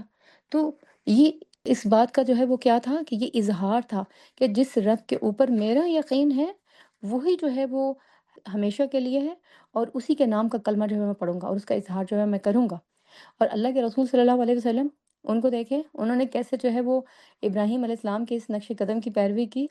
جب اللہ تعالیٰ نے ان کو مکہ کے اندر دوبارہ سے حکومت دے دی، مرتبہ دے دیا، سلطنت دے دی، مکہ کے اوپر کنٹرول ہو گیا، تو وہی خانہ کعبہ جس کے اندر 360 بت رکھے ہوئے تھے، جس کو ابراہیم علیہ السلام نے خالصتاً اللہ کے لیے بنایا تھا، اللہ کی عبادت کے لیے، تو اللہ تعالیٰ نے نبی صلی اللہ علیہ وسلم کو موقع دیا کہ وہ ابراہیم علیہ السلام کے نقش قدم کی پیروی کرے اور ان بتوں کو توڑ ڈالے۔ اچھا، اب ہم کیسے ابراہیم علیہ السلام کے اس نقش قدم کو فالو کریں؟ ہم جا کر کیا غیر مسلموں کے معبد خانوں میں جا کر ان کے بت توڑ دیں؟ ہم سے یہ کہا جا رہا ہے؟ نہیں، ہمیں یہ نہیں کہا جا رہا۔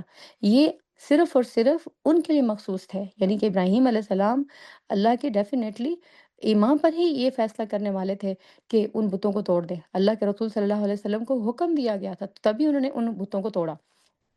لیکن ہم جو ہے، ہمیں یہ حکم نہیں دیا گیا ہے کہ ہم جائیں اور جو دوسری قومیں ہیں جا کے ان کے معبد خانوں میں گھس جائیں اور ان کے بتوں کو توڑ دیں۔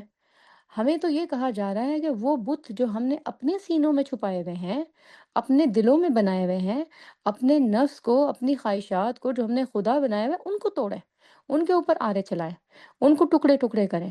تو تب جو ہے وہ ہم کون ہوں گے؟ ابراہیم علیہ السلام کی ملت کو فالو کرنے والے، شرک کو ختم کرنے والے، جو بار بار اللہ تعالیٰ کہتے ہیں نا ما کان من المشرکین، وہ مشرکوں میں سے نہیں تھا۔ تو ہم بھی مشرکوں میں سے ہونے سے کیسے اپنے آپ کو بچا سکتے ہیں؟ جو اپنے سینوں میں جو بت ہم نے چھپائے ہوئے ہیں، جو اپنی خواہشات، اپنی ذات، اس کو اور اپنی انا کو، بعض اوقات انا کا بت ہم نے اتنا جو ہے وہ اسٹرانگ بنایا ہوتا ہے، ہم کسی کو معاف کرنے کو تیار نہیں ہوتے، کسی غلطی کو اگنور کرنے کو تیار نہیں ہوتے۔ تو یہ سب کچھ جو ہے وہ ہم صرف اسی صورت میں کر سکتے ہیں جب انا کے اس بت کو خود توڑیں، خواہشات کے بت کو توڑیں، نفس کے بت کو جو ہے وہ توڑیں، تو ہم ابراہیم علیہ السلام کے طریقے کو فالو کرنے والے ہو جائیں گے، اور آؤٹ لاؤڈ پھر جو ہے وہ اعلان کریں گے کہ لا الہ الا اللہ محمد رسول اللہ۔ اچھا، پھر اسی طریقے سے دیکھیں، ہماری جو عبادات ہیں ان میں سے سب سے افضل عبادت کلمہ پڑھنے کے بعد کون سی ہے؟ نماز پڑھنا۔ پہلی جو ہمارے پر ذمہ داری عائد ہوتی ہے وہ نماز پڑھنا ہے۔ اب یہ جو نماز ہے یہ دن کے 5 اوقات میں جب اناؤنس کی جاتی ہے ہمارے لیے، تو اس کا اقرار کیسے کیا جاتا ہے؟ اللہ اکبر کہہ کے اظہار کیا جاتا ہے کہ اللہ سب سے بڑا ہے۔ جب ہم اپنی نماز شروع کرتے ہیں اس پکار کے جواب میں، تو ہم کیا کہتے ہیں؟ اللہ اکبر، اللہ سب سے بڑا ہے۔ اب اوقات دیکھیں، کون سا وقت ہے؟ پہلا فجر کا۔ فجر کے وقت میں کیا ہوتا ہے؟ چاند ڈوب جاتا ہے، بالکل نظر نہیں آتا، اور سورج ابھی جو ہے وہ نکلا ہوتا ہے۔ ابراہیم علیہ السلام کے قوم کے لوگ جو کہ چاند کو مانتے تھے، تو چاند ڈوب گیا، تو ہم کیا اس وقت اعلان کرتے ہیں؟ چاند ڈوب گیا، لیکن جس رب کو ہم مانتے ہیں ابراہیم علیہ السلام کی طرح، وہ نہیں ڈوبا، وہ ہمیشہ سے تھا، ہمیشہ ہے۔ فجر کی نماز میں سورج نکل آتا ہے، لیکن ہمارا رب تو ہمیشہ سے تھا، تو وہ تو ہمیشہ سے ہے۔ پھر آپ دیکھیں ظہر کا وقت آتا ہے، سورج پیک پر آتا ہے، سورج جتنا بھی اونچا چلا جائے ہمارے رب سے تو اونچا نہیں ہے، تو ہم کیا کہتے ہیں؟ اللہ اکبر، اللہ سب سے بڑا ہے۔ پھر عصر کا وقت آتا ہے، سورج کو زوال آ جاتا ہے، ہمارے رب کو زوال نہیں، ہم پھر کہتے ہیں اللہ اکبر، کہہ کے ہم پھر اپنی عبادت شروع کر دیتے۔ پھر اس کے بعد مغرب کا وقت آتا ہے، سورج ڈوب جاتا ہے، اور سورج کے بارے میں کیا کہا تھا ابراہیم علیہ السلام نے؟ جو ان کے لوگ، قوم کے لوگ مانتے تھے کہ ھذا اکبر، یہ بڑا ہے، اور وہ سورج ڈوب جاتا ہے اتنا بڑا، تو ہم کیا کہتے ہیں؟ اللہ اکبر، ہمارا رب نہیں ڈوبتا، وہ سوتا نہیں، وہ اونگتا نہیں، وہ کہیں نہیں جاتا، وہ کہیں غائب نہیں ہوتا، وہ ہمیشہ ہے، ہمیشہ رہتا ہے، اور ہمیشہ سے ہے، اور ہمیشہ رہے گا۔ پھر عشاء کا وقت آ جاتا ہے، سورج کا کہیں نام و نشان نہیں، اندھیرا ہے، چاند بھی ہو سکتا ہے کبھی نکلا ہو سکتا ہے کبھی نہ نکلا ہو، لیکن ہمارا رب تو ہمیشہ سے تھا، ہمیشہ سے ہے، اور ہمیشہ جو ہے وہ بلند رہے گا۔ اللہ اکبر، ہم تب بھی جو ہے وہ اس کا نام بلند کرتے ہیں۔ سورج جب نہیں ہوتا تب بھی، چاند جب نہیں ہوتا تب بھی ہمارا رب جس کو ہم پکارتے ہیں وہ ہمیشہ سے جو ہے بلند ہے۔ یہ طریقہ ہمیں کس نے سکھایا تھا؟ ابراہیم علیہ السلام نے۔ اور اگر آپ نماز پڑھتے ہیں اور اس جذبے کے ساتھ پڑھتے ہیں، میرا رب سب سے جو ہے وہ بلند ہے، میں اس کے آگے جو ہے سر جھکانے کے لیے کھڑی ہوں، اس کی عبادت کے لیے، اس کو سجدہ کرنے کے لیے، تو آپ ابراہیم علیہ السلام کی میراث اور اس کی لیگیسی کا حصہ بن جاتے ہیں، جو کہ اللہ تعالیٰ نے نبی صلی اللہ علیہ وسلم کو اس دین، اس شریعت کی شکل میں دی ہے۔ یہ ہمارے پلرز ہیں نا اسلام کے، یہ کلمہ ہو گیا، یہ نماز ہو گئی، پھر اس طرح یہ روزے ہو گئے۔ یہ جو روزے ہم رکھتے ہیں، یہ کب رکھتے ہیں؟ یہ 30 روزے جو رمضان کے رکھے جاتے ہیں، یہ کیوں رکھوائے جاتے ہیں ہم سے؟ یہ قرآن جیسی عظیم نعمت کے دینے کے بعد شکرانے کے طور پر ہم سے رکھوائے جاتے ہیں، اور یہ قرآن جیسی نعمت، اس کے لیے کس نے اللہ تعالیٰ سے دعا کی تھی؟ تو ابراہیم علیہ السلام نے۔ تو پھر جو ہے وہ ابراہیم علیہ السلام اور ان کی دعائیں اور ان کی میراث اور ان کی تعلیمات پھر ہماری زندگی کا حصہ بن جاتی ہیں۔ پھر اسی طریقے سے آپ دیکھیں زکوٰۃ، اور زکوٰۃ میں جو ہے وہ ہم کیا کرتے ہیں؟ ہم اپنا مال دیتے ہیں اور جو ہے اس کو پاک کرتے ہیں۔ ابراہیم علیہ السلام نے اپنی اولاد کے لیے کیا دعا مانگی تھی؟ کہ اللہ تعالیٰ لیقیم الصلاۃ، انہیں جو ہے وہ کیا کریں آپ، کہ نماز قائم کرنے والا بنا دیں، تاکہ یہ یہاں نماز قائم کریں۔ اور پھر اس کے بعد جو ہے وہ کیا کہا تھا؟ وَارْزُقْهُم مِّنَ الثَّمَرَاتِ، یہ بھی جو ہے وہ کہا تھا ان کو جو ہے وہ رزق عطا کریں، رزق، اور وہ جو اللہ عطا کرے پاک، پروویژن، حلال، طیب۔ بعض اوقات تو ظاہر ہے کہ حلال مینس اختیار کرنے سے ہمیں جو ہے وہ ملتا ہے، پاکیزہ ہو، ہائیجینیکلی کلین ہو تو پاک ہوتا ہے۔ ایک اور چیز بھی ہوتی ہے، آپ کو مال ملا، آپ نے حلال کے طریقوں سے کمایا تھا، ہائیجینکلی کلین ہے، لیکن اگر آپ نے اس میں سے زکوٰۃ نہیں نکالی تو وہ مال آپ کے لیے پاک نہیں رہتا، حلال نہیں رہتا، حرام ہو جاتا ہے۔ تو جب تک آپ اس کی زکوٰۃ نکالتے نہیں تب تک وہ مال حرام رہتا ہے۔ آپ اپنے زیور کی زکوٰۃ نکالتے ہیں، زیور آپ کے استعمال کے لیے حلال ہو جاتا ہے، ورنہ وہ حرام ہو جاتا ہے۔ تو ابراہیم علیہ السلام نے یہ جو پاک پروویژنس یا پھر یہ کہ حلال کے لیے اپنی اولاد کے لیے رزق کی دعا کی تھی، ہم اپنے میں سے جب ہمیں یہ زکوٰۃ کی ادائیگی کرتے ہیں تو ہم اس طریقے سے اپنے مال کو پاک کرتے ہیں، اور ابراہیم علیہ السلام کی لیگیسی کا، ان کے پیچھے چھوڑی ہوئی تعلیمات کا حصہ جو ہے وہ بن جاتے ہیں۔ اور حج کے بارے میں تو میں نے بتایا کہ حج کا کون سا منسک، کون سا طریقہ، کون سا رکن ایسا ہے جو کہ ابراہیم علیہ السلام کے ساتھ جڑا ہوا نہیں، یا ابراہیم علیہ السلام کی اللہ کے لیے جو محبت تھی، جو اطاعت تھی، جو قربانی تھی، اس کی یاد جو ہے وہ نہیں دلاتا ہے۔ تو اللہ تعالیٰ نے یہ جو ہمیں ابراہیم علیہ السلام کو فالو کرنے کا حکم دیا ہے، تو اس میں دراصل جو ہے وہ ہمارے لیے بہترین طریقے رکھے ہیں کہ جن پر عمل کرتے ہوئے ہم ایک طرف ابراہیم علیہ السلام کی لیگیسی کا، ان کو ملنے والے اجر کا حصہ بن جاتے ہیں جو رسول اللہ صلی اللہ علیہ وسلم کے ذریعے سے ہم تک پہنچا، اور دوسری طرف جو ہیں اللہ کی محبت کے حقدار ٹھہرتے ہیں۔ کیوں؟ جو اللہ سے منسلک ہو جاتا ہے وہ سب سے بڑی خیر کا حقدار ہو جاتا ہے، اور اللہ تعالیٰ نے ہم سے محبت کی ہے تو ہمیں جو ہے یہ دین دیا ہے جس کو اللہ نے پسند کیا ہے، جس کے بارے میں کہا کہ اللہ کو یہ دین پسند ہے۔ تو یہ دین، یہ شریعت، یہ ہم سے اللہ کی محبت کا اظہار ہے۔ اس کو اتنی خوش دلی کے ساتھ لینا، محبت کے ساتھ لینا، دراصل اللہ کی محبت کا جواب محبت سے دینا ہے۔ اور جب ہم دل تنگ کرتے ہیں نا ان باتوں کے اوپر کہ ہمیں جو ہے وہ نماز دل کی تنگی کے ساتھ پڑھنا پڑتی ہے، زکوٰۃ ادا کرتے ہوئے ہمیں بڑا مسئلہ ہوتا ہے، حج کے لیے جانا بہت مشکل لگتا ہے، اور پھر یا پھر یہ کہ کوئی بھی اور شریعت کا حکم ماننا ہمیں بڑا مشکل لگتا ہے، تو ہم دراصل اللہ کی محبت پر دل تنگ کر رہے ہوتے ہیں۔ ابراہیم علیہ السلام نے جو تعلیمات ہمارے لیے چھوڑی ہیں، جو طریقے چھوڑے ہیں، ان کو لینا ہمیں پسند نہیں ہوتا۔ تو جب ہمیں وہ طریقے پسند نہیں، تو وہ اجر اور وہ خیر کثیر جو کہ اس صورت کے اندر ہے، جو کہ رت القوثر میں جس کے بارے میں ہم نے پڑھا، پھر اس میں سے بھی ہمیں حصہ نہیں ملے گا۔ پھر اس میں سے بھی جو ہے وہ ہمیں وہ حصہ نہیں ملے گا کہ اس دنیا میں بھی ہم کامیاب کہلوائیں، اور آخرت میں بھی ہمیشگی کی بہترین زندگی جو ہے وہ ہمارے حصے میں آئے۔ تو اگر ہم چاہتے ہیں کہ اللہ تعالیٰ ہم سے محبت کرے، اور اس محبت کو جو اس نے ہم سے کی ہے اس میں ہمیشگی آ جائے، دوام آ جائے، تو یہ دین، اس سے دور مت بھاگیں۔ یہ قرآن جس کو اللہ تعالیٰ نے ہماری قسمت میں کیا ہے، ہمارے ہاتھوں میں کیا، اس سے دور مت بھاگیں۔ یہ اللہ کی محبت کا اظہار ہے، اس کو محبت کے ساتھ لینا، اس کو محبت کے ساتھ ٹچ کرنا، اس کو سمجھنا، اس کے لیے وقت نکالنا، یہ بڑی سعادت کی بات ہے۔ اچھا، پھر جب یہ ساری باتیں ہم دیکھتے ہیں نا ابراہیم علیہ السلام کے بارے میں، ایک بہت خوبصورت اسپیکٹ ابراہیم علیہ السلام کی زندگی کا وہ ایک اور بھی ہے، وہ یہ ہے ابراہیم علیہ السلام نے ہمیں اپنی فیملی سے محبت کرنا سکھائی ہے۔ ابراہیم علیہ السلام نے صرف ہمیں اللہ سے محبت کرنا نہیں سکھائی۔ ابھی تک ہم نے جتنی چیزیں دیکھی، ہم نے کیا دیکھی تھی؟ اللہ سے محبت کرنے والی۔ ابراہیم علیہ السلام نے صرف ہمیں اللہ سے محبت کرنا نہیں سکھائی، بلکہ اپنے فیملی سے، اپنے رشتہ داروں سے، اپنے بچوں سے، اپنے اسپاؤسز سے بھی محبت کرنا سکھائی ہے۔ ہم جب اپنی زندگی میں اسلام پر یا دین پر یا شریعت پر عمل کرنے لگتے ہیں، یا اپنے ارد گرد جن لوگوں کو دیکھتے ہیں کہ وہ اسلام سے کچھ زیادہ اٹیچ ہیں، وابستہ ہیں، تو ہم دیکھتے ہیں ان کے اندر ایک سختی پائی جاتی ہے، ان کے رویوں میں ایک سختی پائی جاتی ہے، نرمی نہیں ہے، ان کے اخلاق میں نرمی نہیں ہوتی، ان کے رویوں میں نرمی نہیں ہوتی، ان کی محبت کے طریقوں میں بھی سختی ہوتی ہے، تعلیم کے طریقوں میں بھی سختی ہوتی ہے۔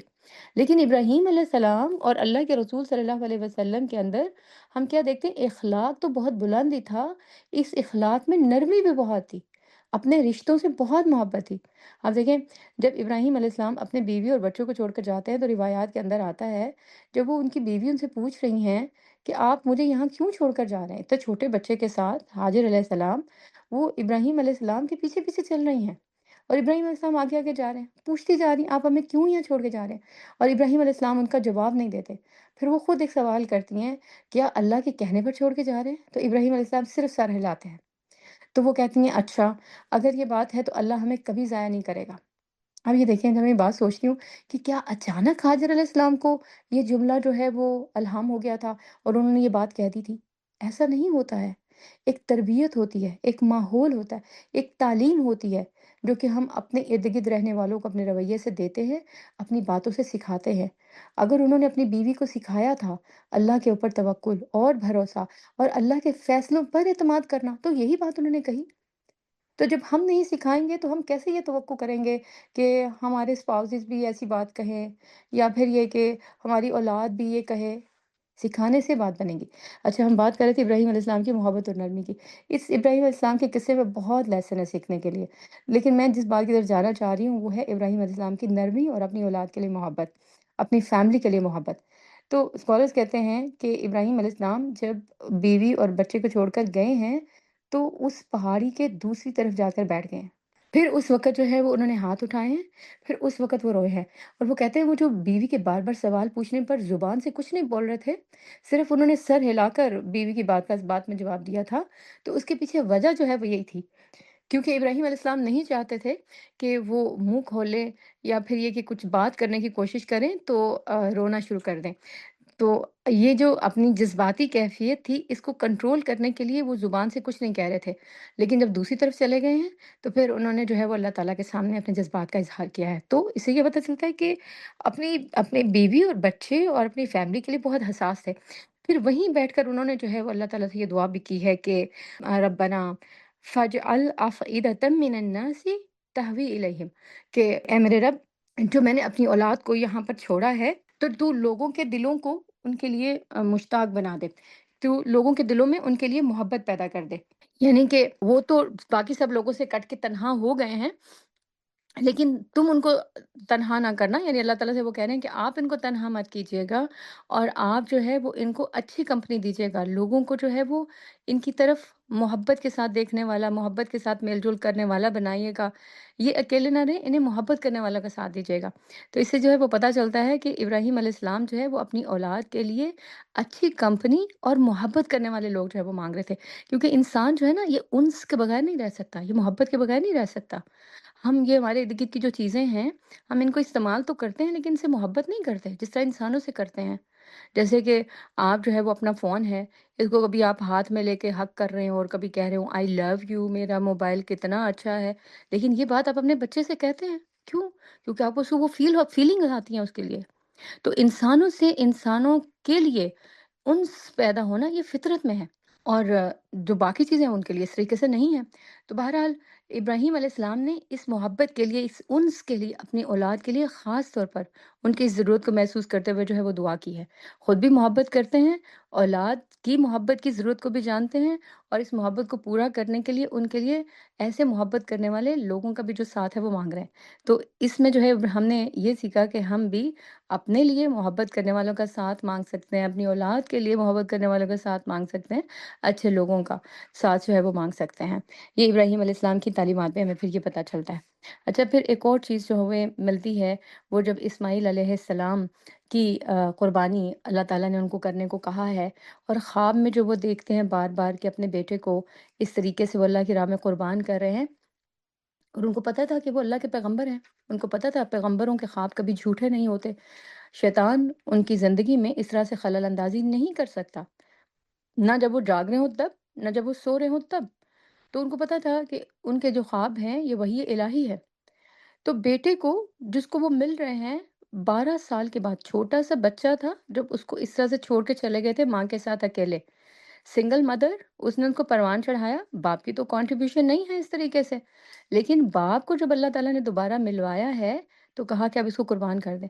اور ابراہیم علیہ السلام کی ایج اس وقت کیا تھی؟ 100 سے ابو۔ تو اس ایج میں 12 سال کا ایک بچہ، ہم چاہتے ہیں جب ہمارے بچے 12 سال کے ہوتے ہیں نا تو ہمارے کاموں میں ہاتھ بٹانے لگتے ہیں، ہمیں بڑا حوصلہ ہونے لگتا ہے، ہم ان کے ساتھ امیدیں باندھ لیتے ہیں۔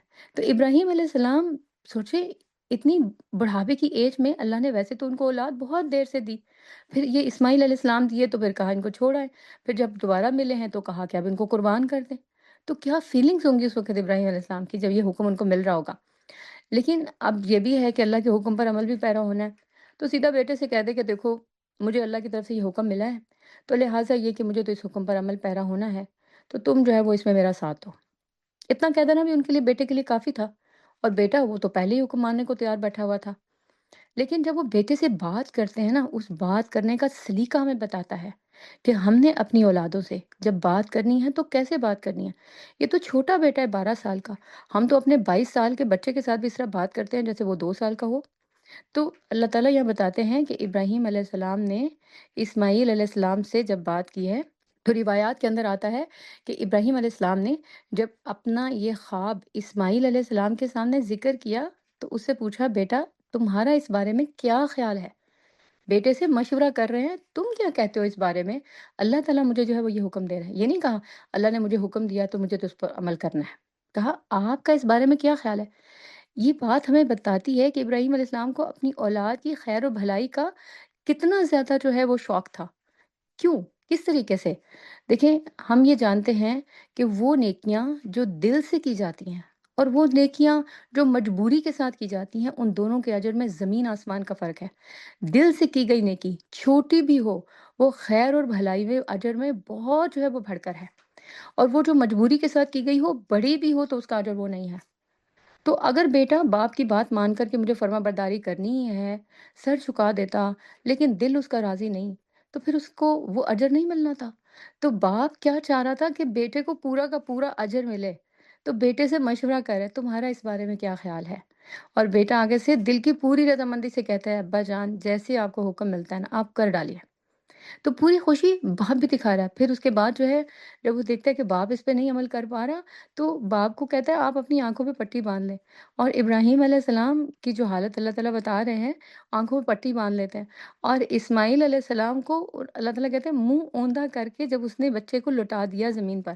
آپ دیکھیں جب ہم ذبح کرتے ہیں نا، آپ نے کبھی بکری یا ایسی طرح سے گائے بھینس بھینس کبھی اس کو ذبح کرتے ہوئے دیکھا ہو، تو اس کا منہ کبھی بھی زمین کی طرف نہیں کیا جاتا، سائڈ پہ لٹایا جاتا ہے۔ لیکن یہاں اللہ تعالیٰ کہہ رہے ہیں انہوں نے اس کا منہ اوندا کر دیا، دیکھ نہیں سکتے تھے نا بیٹے کو، وہ محبت تھی اس کے ساتھ۔ تو پھر جو ہے اس وقت جو ہے وہ اللہ تعالیٰ کہتے ہیں کہ پھر ہم نے ایک بڑی قربانی فدیے میں دے کر اس بچے کو جو ہے وہ چھڑا لیا۔ اور جب ابراہیم علیہ السلام نے چھری چلائی تو وہ تو ایک مینڈے کی آواز آ رہی تھی، آنکھوں سے پٹی ہٹائی تو دیکھا ہو تو اللہ نے جنت سے ایک مینڈا بھیجا تھا۔ تو اس میں جو ہے وہ اللہ تعالیٰ نے ہمیں کیا سکھایا، ایک تو ابراہیم علیہ السلام کی محبت اپنے بچے کے لیے، اور پھر دوسری بات یہ کہ اللہ کی اطاعت میں بڑی سے بڑی قربانی دینے کو تیار ہو جانا۔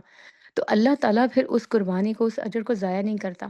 یہ بات ہاجر علیہ السلام نے کہی تھی، اچھا اگر اللہ کے لیے کر رہے ہیں تو اللہ ہمیں کبھی ضائع نہیں کرے گا، اور یہاں پر ابراہیم علیہ السلام نے وہ کر کے دکھایا، تو اللہ تعالیٰ نے پریکٹیکلی بتایا دیکھو اللہ نے ضائع نہیں کیا۔ اس بچے کو اس وقت جب وہ اکیلا تنہا چھوٹا سا بچہ ماں کے ساتھ اکیلا تھا، تب بھی اس کو اس طریقے سے پروان چڑھایا، اور اس کو بہترین تعلیم اور اس کے علم کا بندوبست کیا، تربیت کا بندوبست کیا، اور اب جو ہے جب وہ اس طریقے سے بات ماننے کو تیار ہو گیا تو اللہ نے اس کی زندگی بھی بچا لی۔ ایک جو ہے وہ اللہ کی اطاعت کا جو ایک شرف تھا وہ بھی حاصل ہو گیا، جنت سے آیا ہوا مینڈا بھی نصیب ہو گیا، وہ قربانی ہمیشہ کے لیے نسلوں میں جاری ہوگی، قیامت تک یہ قربانی جاری رہے گی۔ اسی لیے جب یہ قربانی ہم کرتے ہیں تو ابراہیم علیہ السلام کسی قربانی کی یاد کو تازہ کرنے کے لیے کرتے ہیں۔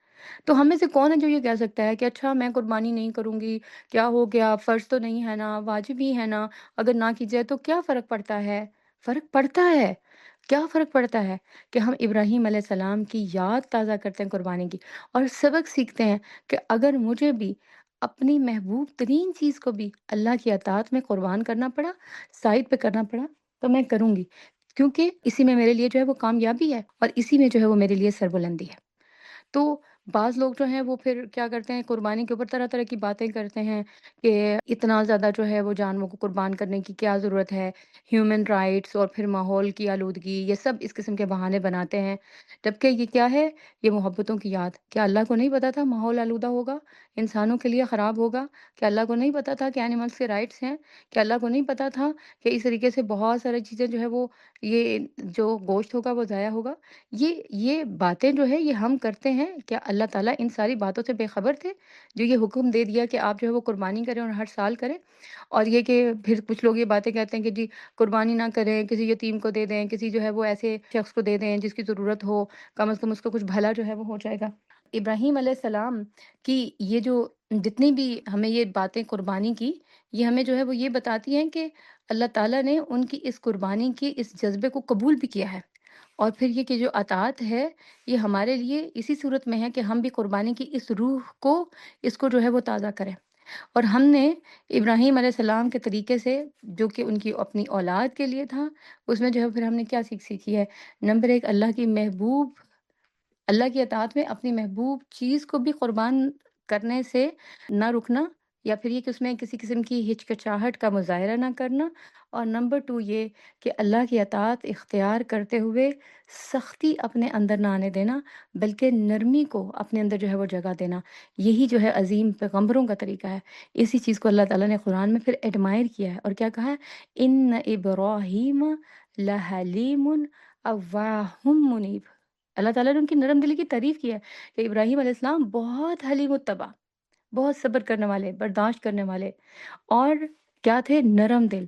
اواہ کہتے ہیں جب کوئی شخص دکھ میں آہیں بھرتا ہے نا، تو آہ کہتے ہیں ہم، ہمیں ہمنا کوئی مسئلہ یاد آ جائے، کوئی تکلیف یاد آئے، تو ہم آہ کے ساتھ اس کا اظہار کرتے ہیں۔ تو ابراہیم علیہ السلام آہیں بھرنے والے تھے۔ کون کون سے دکھ تھے جو ان کو نہیں ملے؟ اپنے باپ کی طرف سے، اپنی قوم کی طرف سے، قبیلے کی طرف سے، علاقہ چھوڑنا، ہجرت کرنا، یا کوئی کم نہیں ہے؟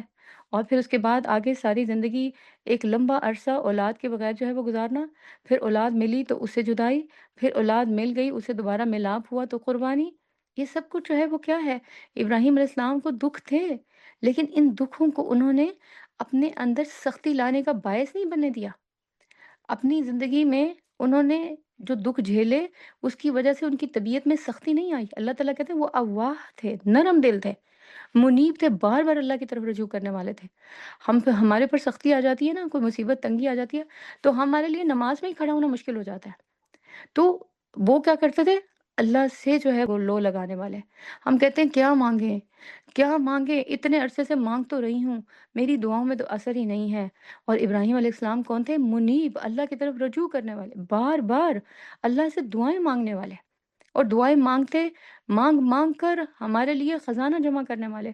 جتنی زیادہ دعائیں ابراہیم علیہ السلام کے قرآن میں مینشن ہوئی ہیں، وہ کسی اور نبی کی اس طرح سے نہیں آئیں۔ اور خاص طور پر ہم دیکھتے ہیں فیملی کے لیے، اپنے بچوں کے لیے۔ جس ماحول میں ہم ہیں، جس دور میں ہم ہیں، اسلامو فوبیا کا جو ہے وہ بڑا ڈر رہتا ہے، خوف رہتا ہے، ہمارے بچے باہر ہیں، کوئی ان کو نقصان نہ پہنچا دے۔ پھر یہ کہ فتنوں کا دور ہے، اللہ ان کے ایمان کو ضائع نہ کرے، ان کے ایمان کو بچا لے، بڑی فکر رہتی ہے ہمیں۔ ابراہیم علیہ السلام کو کوئی اپنی اولاد کی ایسی فکر تھی۔ ابراہیم علیہ السلام بھی اپنی اولاد کی اسی طرح فکر کرنے والے تھے۔ اس لیے اللہ تعالیٰ سے دعا مانگتے ہیں، ربنا وجعل ھذا بلدا آمنا، اے اللہ اس زمین کو، اس شہر کو میرے بچوں کے لیے امن والا شہر بنا دے۔ ھذا بلدا آمنا، تو آپ بھی مانگ سکتے ہیں جہاں بھی رہتے ہیں۔ اگر گھروں میں پرابلم ہے تو آپ اپنے گھروں کے لیے دعا مانگ سکتے ہیں، اللہ میرے گھر کو امن کا گہوارہ بنا دے، میرے بچوں کے لیے سکون سے رہنے کی جگہ بنا دے۔ شہر میں پرابلم ہے، جگہ میں پرابلم ہے، محلے میں ہے، جہاں بھی ہے، دلوں میں تنگی ہے، سب کے لیے اللہ سے جو ہے وہ دعا مانگ سکتے ہیں۔ اور یہ ابراہیم علیہ السلام کی لیگیسی ہے، ان کی تعلیمات ہیں۔ انہوں نے ہمیں سکھایا ہے کہ اپنی اولادوں سے کیسے محبت کرنی ہے، اپنے اسپاؤزز کا جو ہے وہ کیسے خیال رکھنا ہے، اور کیسے جو ہے ان کی تعلیم اور تربیت کا انتظام کرنا ہے۔ اور اس سب میں جو ہے وہ، اگر ہم اپنے آپ کو اللہ کے رسول صلی اللہ علیہ وسلم سے کنیکٹ کر لیتے ہیں، پھر اسی کے ساتھ ساتھ ابراہیم علیہ السلام کے ساتھ جو ہے وہ ہم کنیکٹ ہو جاتے ہیں، اور پھر ہم جو ہے وہ اس خیر کثیر کا حصہ بن جاتے ہیں جس کا ذکر جو ہے سورۃ الکوثر کے اندر اللہ تعالیٰ نے کیا ہے۔ پھر آپ دیکھیں کہ اللہ تعالیٰ نے ابراہیم علیہ السلام کی اللہ کے لیے کی گئی اطاعت، اور اس کی وجہ سے جو ان کو بڑے بڑے پھر اعزاز ملے ہیں، جو ان کو بڑے بڑے مرتبے ملے ہیں اور انعامات ملے ہیں، ان کا بھی ذکر کیا ہے کہ اللہ کے لیے کی گئی قربانیوں کا اللہ تعالیٰ نے پھر ان کو کیا صلہ دیا۔ اللہ تعالیٰ کہتے ہیں وَإِذِ ابْتَلَىٰ إِبْرَاهِيمَ رَبُّهُ بِكَلِمَاتٍ، جب آپ کے رب نے ابراہیم علیہ السلام کو چند باتوں میں آزمایا۔ اچھا، یہ جو ابتلا کا لفظ ہے نا، یہ بھی بڑا خوبصورت لفظ ہے۔ میں آپ کو اس لیے بتانا چاہوں گی کیونکہ یہ ہمارے کلچر کے ساتھ نا کچھ تھوڑا سا کلاسیکل پکچرز میں بڑا میچ کرتا ہے۔ آپ نے ہو سکتا ہے کہ ہمارے جو لوک ثقافتی ورثہ جسے کہتے ہیں، اس میں دیکھا ہو کہ ایک جو ہے وہ بڑا سا مٹی کا پاٹ ہوتا ہے جس کو چاٹی بولتے ہیں، پھر اس کے اوپر جو ہے وہ ایک لکڑی کی ایک مشین سی ہوتی ہے جس کو مدھانی بولا جاتا تھا، پھر اس کے ساتھ جو ہے وہ اسٹرنگز ہوتی تھیں دونوں سائڈس پہ۔ کبھی اس کو جب ایک سائڈ سے کھینچتے تھے تو وہ مشین ایک سائڈ کو موو کرتی تھی، پھر دوسری سائڈ سے کھینچتے دوسری طرف کو موو کرتی تھی، اور کبھی کوئی عورت یا کبھی کوئی مرد جو ہے اس کی ایسے ایک کیریکیچر سا بنا کے تو وہ دکھایا جا رہا ہوتا ہے لوک ورثے میں کہ اچھا اس طریقے سے ہی ہمارا ورثہ تھا، اور ایسے جو ہے وہ ہم دہی کو بلوتے تھے اور پھر اس سے جو ہے وہ مکھن نکلتا تھا۔ تو اس میں ایک لفظ ہم بولتے ہیں اس کے لیے بلونا۔ بلونا کیا ہوتا تھا؟ وہ اس کو دہی کو ڈالنا اور پھر اس کے اوپر اس میں مدھانی چلانی، اور اس کو جو ہے وہ ایک لمبا ٹائم دینا، اور اس کو جو مدھانی جو ہے اس کے اندر مار مار کر اس کو مکھن کو جو ہے وہ الگ کرنا، اور وہ مکھن جو ہے وہ پھر کیا ہوتا تھا، وہ ایسنس ہوتا تھا، وہ بٹر۔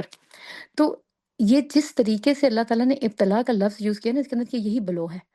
جب انسان کے اوپر آزمائشیں آتی ہیں نا، تو اللہ تعالیٰ اس طریقے سے ہر سائڈ سے اس کو نکھار کر ایسا ہیرا بنا دیتے ہیں، ایسی چمک پھر اس میں ہوتی ہے کہ وہ صرف اپنے کام کا ہی نہیں بنتا، اپنے ارد گرد والوں کی زندگی بھی روشن کر دیتا ہے۔ ابراہیم علیہ السلام کی ذات ایسی تھی، اللہ تعالیٰ کہتے ہیں جب اللہ نے ان کو آزمایا چند باتوں میں، اور وہ چند باتیں بہت بڑی بڑی باتیں تھیں، ان میں سے پیچھے دو باتیں تو ہم نے دیکھ ہی لی ہیں بچوں کے سلسلے میں، اور ایک بات ہم نے اس سے پہلے دیکھی تھی ان کے باپ، فیملی، خاندان کے سلسلے میں۔ تو اللہ تعالیٰ کہتے ہیں وَإِذِ ابْتَلَىٰ إِبْرَاهِيمَ رَبُّهُ بِكَلِمَاتٍ فَأَتَمَّهُنَّ، تو انہوں نے ان کو پورا کر دیا، وہ آزمائش میں پورے اترے۔ تو اللہ تعالیٰ نے پھر ان کے لیے کیا اعلان کیا؟ قَالَ إِنِّي جَاعِلُكَ لِلنَّاسِ إِمَامًا، تو اللہ نے اعلان کیا میں تمہیں سارے انسانوں کا امام بنانے والا ہوں۔ تو آج آپ دیکھیں اس وقت دو بڑے ریلیجن ہیں جو کہ اسلام ہے اور کرسچینٹی۔ کرسچینٹی سب سے بڑا ہے، پھر اسلام ہے، پھر جوڈیزم ہے۔ یہ تینوں کے تینوں، یہودیت، اسلام اور عیسائیت، ان تینوں میں مرکزی حیثیت ابراہیم علیہ السلام کی ہے۔ ابراہیم علیہ السلام کو سب اپنا فادر فگر مانتے ہیں۔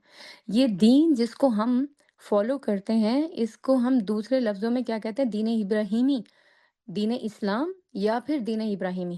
تو مرکزی حیثیت ابراہیم علیہ السلام کی اسلام میں بہت بلند ہے، عیسائیت میں بھی بہت ہے، اور پھر تیسری طرف آپ دیکھیں تو یہودیت میں بھی ہے۔ اچھا، یہ جو اللہ تعالیٰ نے کہا تھا نا انی جاعلک للناس اماما، میں آپ کو دنیا کا امام بنانے والا ہوں، اس وقت اگر آپ دیکھیں تو دنیا پہ حکومت کس کی ہے؟ آپ کہیں گے امریکہ کی۔ امریکہ میں کون رول کرتا ہے؟ عیسائی۔ عیسائی کس کو اپنا فادر فگر مانتے ہیں؟ کون کس کو کہتے ہیں کہ یہ ہمارا ابراہیمک ریلیجن ہے؟ ابراہیم علیہ السلام کی نسبت سے کہتے ہیں نا۔ تو غلط ہے، صحیح ہے، وہ تو اللہ تعالیٰ کہہ رہے ہیں کہ اس میں بہت کچھ جو ہے وہ کرپشن ہے ان کے اس میں، لیکن وہ جو جاعلُکَ للناس امامہ ہے، وہ آج تک اللہ کا یہ وعدہ جو ہے وہ قائم ہے ابراہیم علیہ السلام کے لیے۔ تو جب انسان اللہ کی اطاعت کرتا ہے اور بڑی بڑی قربانیاں دیتا ہے اور قربانی سے پیچھے نہیں ہٹتا، تو اللہ تعالیٰ بھی پھر اس کو اتنا ہی بڑا جو ہے وہ انعام دیتے ہیں۔ پھر اس کے ساتھ ساتھ آپ دیکھیں کہ ابراہیم علیہ السلام کے بعد جتنے بھی پیغمبر آئے ہیں، سب ابراہیم علیہ السلام کی اولاد میں سے آئے ہیں، اور آخر پہ یہ سارے پیغمبر تو آئے ہی ابراہیم علیہ السلام کی اولاد میں سے، ان میں بڑے بڑے پیغمبر موسیٰ علیہ السلام۔ میں اس سے پہلے میں غور کر رہی تھی، دیکھیں ہم کہتے ہیں دنیا کا خوبصورت ترین انسان یوسف علیہ السلام کس کی اولاد میں سے تھا؟ ابراہیم علیہ السلام کی اولاد میں سے، یوسف بن یعقوب بن اسحاق بن ابراہیم۔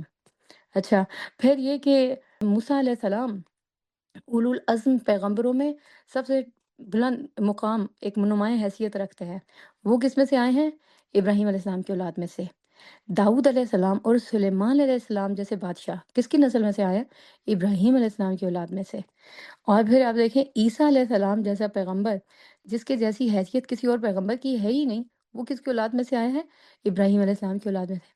اور آپ دیکھیں سارے انسانوں کے سردار، امام الانبیاء، انبیاء کے بھی امام، نبی صلی اللہ علیہ وسلم، خاتم النبیین، وہ کس کی نسل میں سے آئے ہیں؟ ابراہیم علیہ السلام کی اولاد میں سے۔ ابراہیم علیہ السلام ان سب کے باپ ہیں، اور ابراہیم علیہ السلام صرف ان سب کے باپ نہیں ہیں، ہمارے بھی باپ ہیں۔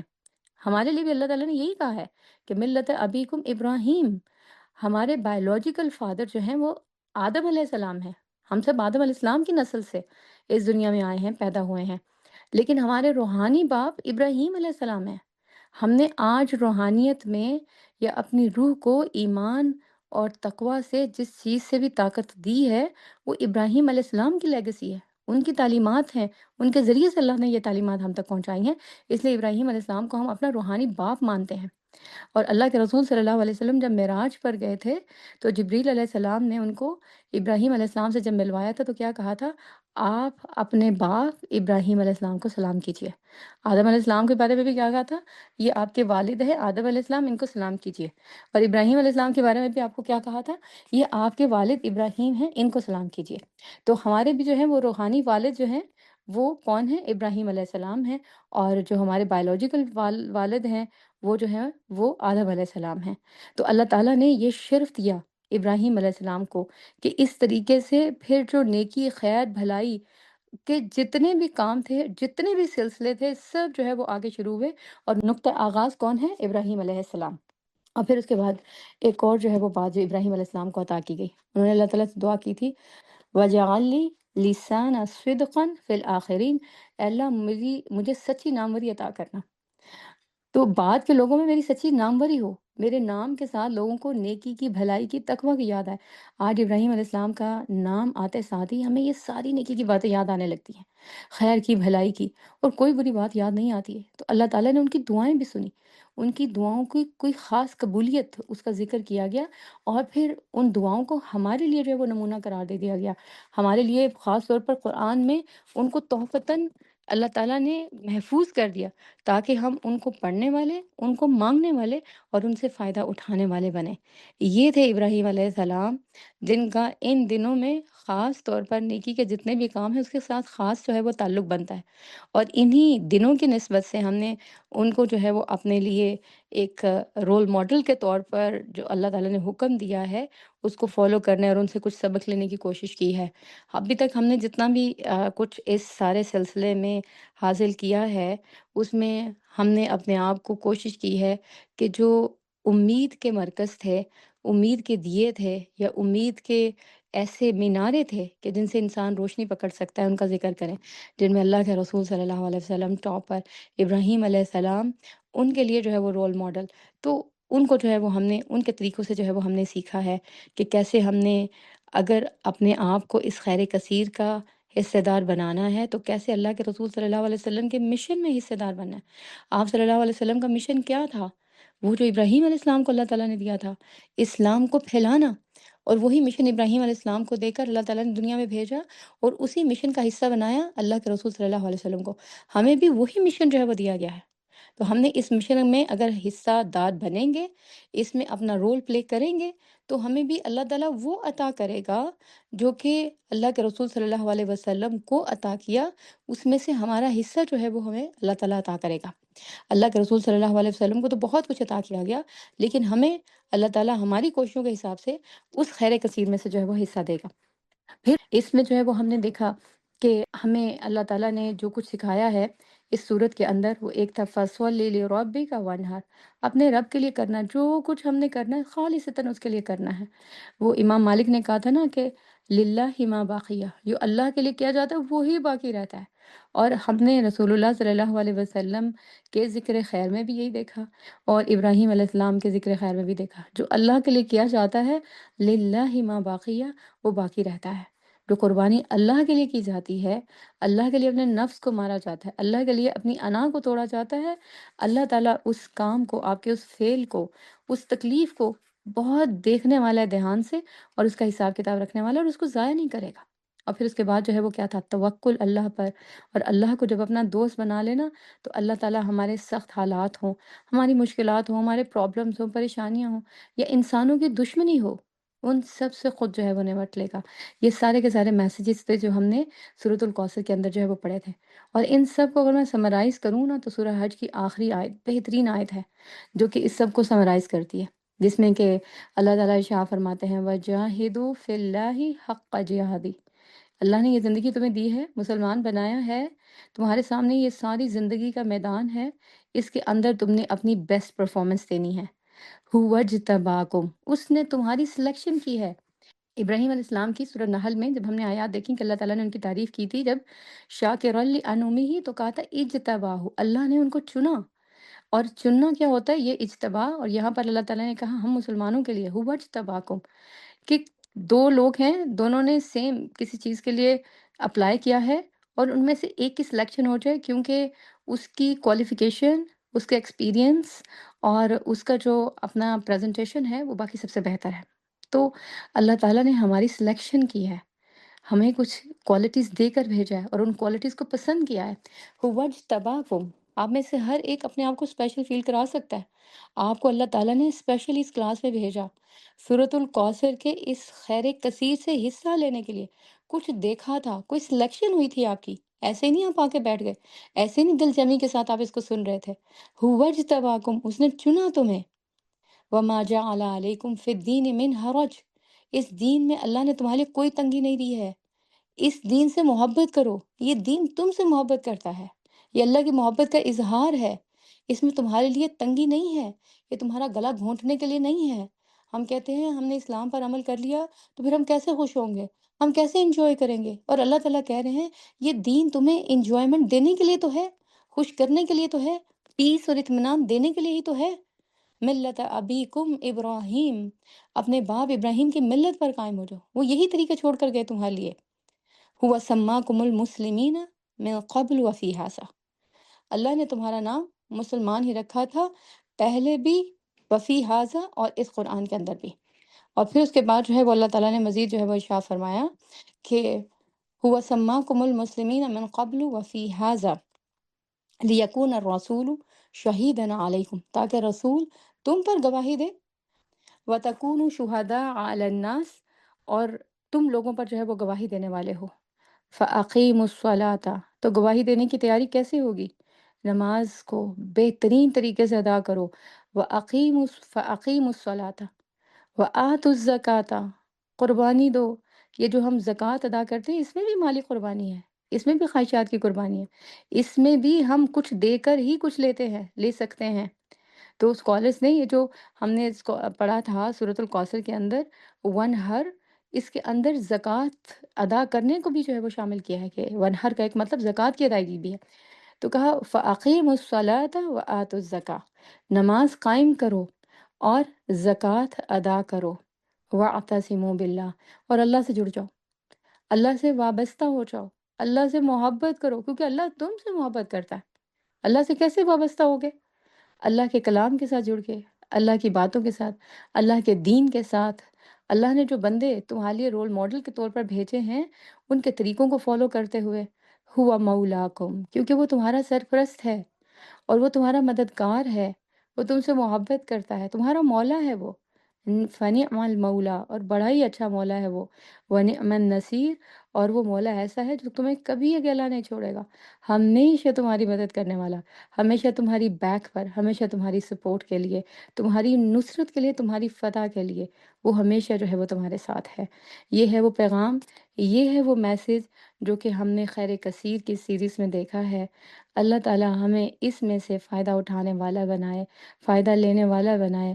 اللہ تعالیٰ ہمیں حوض کوثر سے، جو اللہ کے رسول صلی اللہ علیہ وسلم کو حشر کے دن عطا ہوگا، اللہم اسقنا من حوض نبیک شربتاً، اللہ ہمیں اس حوض سے شربت پینے والا، پانی پینے والا بنائے، لا نظمأ بعدها ابدا، جس کے بعد جو ہے وہ کبھی پھر ہمیں پیاس نہیں لگے گی۔ اللہ ہمیں اس کے بعد پھر کبھی پیاسا نہ رکھے، اور اللہ ہمیں نبی صلی اللہ علیہ وسلم کی شفاعت کا حقدار بنائے۔ اس دنیا میں جتنے خیر کثیر کا سلسلے اللہ کے نبی صلی اللہ علیہ وسلم کی شریعت و دین کے ساتھ منسلک ہیں، ان سب میں سے ہمیں اپنا حصہ لینے والا بنائے، ہماری اولادوں کو ہماری آنکھوں کی ٹھنڈک بنائے، اور ہمیں ہمارے والدین کی آنکھوں کی ٹھنڈک بنائے، ہمیں رسول اللہ صلی اللہ علیہ وسلم کا سچا پکا امتی بنائے، ہمیں ابراہیم علیہ السلام کے طریقوں پر چلنے والا بنائے۔ اس آج جمعہ کے دن میں ایک گھڑی ایسی ہوتی ہے جس میں اللہ تعالیٰ دعائیں قبول کرتے ہیں، تو اللہ تعالیٰ ہماری اس دعا کو قبول کرے کہ اللہ ہمارے ایمان کو تکمیل دے، اللہ ہمارے ایمان کے نور کو سلامت رکھے، اور ہمارے بچوں کے ایمان کے نور کو بھی سلامت رکھے۔ اللہ ہم پر رحم فرمائے، اللہ تمام مسلمانوں پر رحم فرمائے، اللہ تمام مسلمانوں پر جو جہاں بھی کسی مشکل میں گرفتار ہیں، ان سب کی مدد کرے، ان کا بہترین جو ہے وہ مددگار بنے، ان کو اپنے غیب کے لشکروں سے جو ہے وہ سپورٹ دے۔ اللہ ہماری مدد کرے، اللہ ہمارے بچوں کی مدد کرے، اللہ ہم مسلمانوں کی آنے والی نسلوں کے ایمان کی حفاظت کرے، اور وہ سب لوگ جو اللہ کے ہاں اس کے گھر میں حج کے لیے اکٹھے ہوئے ہیں، اللہ ان سب کی کوششوں کو قبول کرے، ان کے حج کو قبول کرے، ان کی کوششوں کو، ایفرٹ کو، ان کو اس کے اندر خیر جو ہے وہ ڈالے، اور نیکیوں کے یہ سلسلے آگے بڑھتے رہے۔ اللہ اس گھر کی حفاظت کرے، اس گھر کی خدمت کرنے والوں کی حفاظت کرے، اللہ دین کی خدمت کرنے والوں کی حفاظت کرے، دین کے لیے کام کرنے والوں کی زندگی میں اللہ سکون عطا کرے، ان کے گھروں میں سکون عطا کرے، ان کی اولادوں کو ان کا معاون بنائے، ان کے اسپاؤسز کو ان کا معاون بنائے۔ اللہ تعالیٰ ان کو دنیا میں بھی بہترین اجر دے، اللہ ان کو دنیا میں حسنات عطا کرے، اللہ ہمیں دنیا میں حسنات عطا کرے۔ ربنا آتنا فی الدنیا حسنہ وفی الآخرۃ حسنہ، اور اللہ انہیں آخرت میں بھی حسنات عطا کرنے والا بنائے۔ اللہ انہیں دنیا میں بھی حسنات عطا کرے، اور اللہ انہیں آخرت کی بھی بھلائیاں سمیٹنے والا بنائے، اور انہیں جہنم کے عذاب سے بچائے۔ اللہ ہم سب کو جنت الفردوس میں داخلہ نصیب فرمائے، وہاں رسول اللہ صلی اللہ علیہ وسلم کی معیت میں ہمیں بھی گھر نصیب ہو، ہمیں بھی جنت نصیب ہو۔ اللہ ہمیں ان کا ساتھ عطا کرے، اللہ ہمیں ان کے ساتھ اچھے حالوں میں ملنا نصیب کرے۔ اللہ ہمیں بھی اور ہمارے والدین کو بھی اور ہمارے بچوں کو بھی اس جگہ پر، اس جنت میں، ان بہترین جنتوں میں اور بہترین زندگی کے مزے لوٹنے والا بنائے۔ اللہ تعالیٰ جس کے اوپر سختی ہے، کوئی گناہ کی وجہ سے پکڑا ہوا ہے، اللہ اس کے گناہ کو معاف کرے، اس کی قبر کو روشن کرے، اس کو کھلا کرے، اور اس کی قبر کو جنت کے باغوں میں سے ایک باغ بنا دے۔ ربنا تقبل منا انک انت السمیع العلیم۔ اللہ تعالیٰ ہم آپ سے دنیا کی ساری بھلائیاں مانگتے ہیں، جو مانگنا چاہیے تھا نہیں مانگ سکے، اللہ ہم وہ بھی مانگتے ہیں، اور وہ سب بھلائیاں مانگتے ہیں جو نبی صلی اللہ علیہ وسلم نے آپ سے مانگی، اور ان سارے شرور سے پناہ مانگتے ہیں جن سے نبی صلی اللہ علیہ وسلم نے پناہ مانگی ہے۔ ربنا تقبل منا انک انت السمیع العلیم۔ اللہ ہماری ان ساری کوششوں کو قبول فرما، اس قرآن کے پڑھنے کو، اس کو سمجھنے کو، اس پر عمل کرنے کی نیت کو، اللہ اس سب کو قبول فرما۔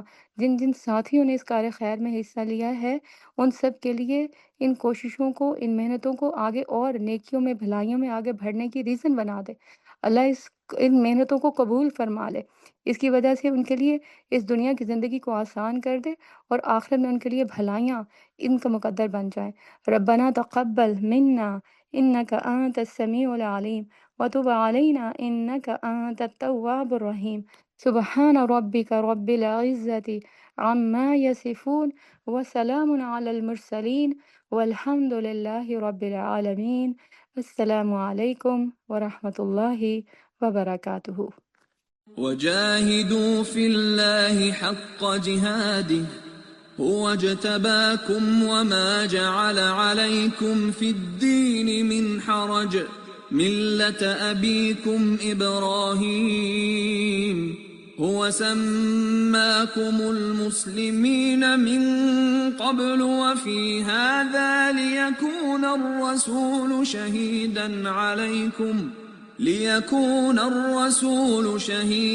عليكم وتكونوا شهداء على الناس فأقيموا الصلاة وآتوا الزكاة واعتصموا بالله هو مولاكم فنعم المولى ونعم النصير۔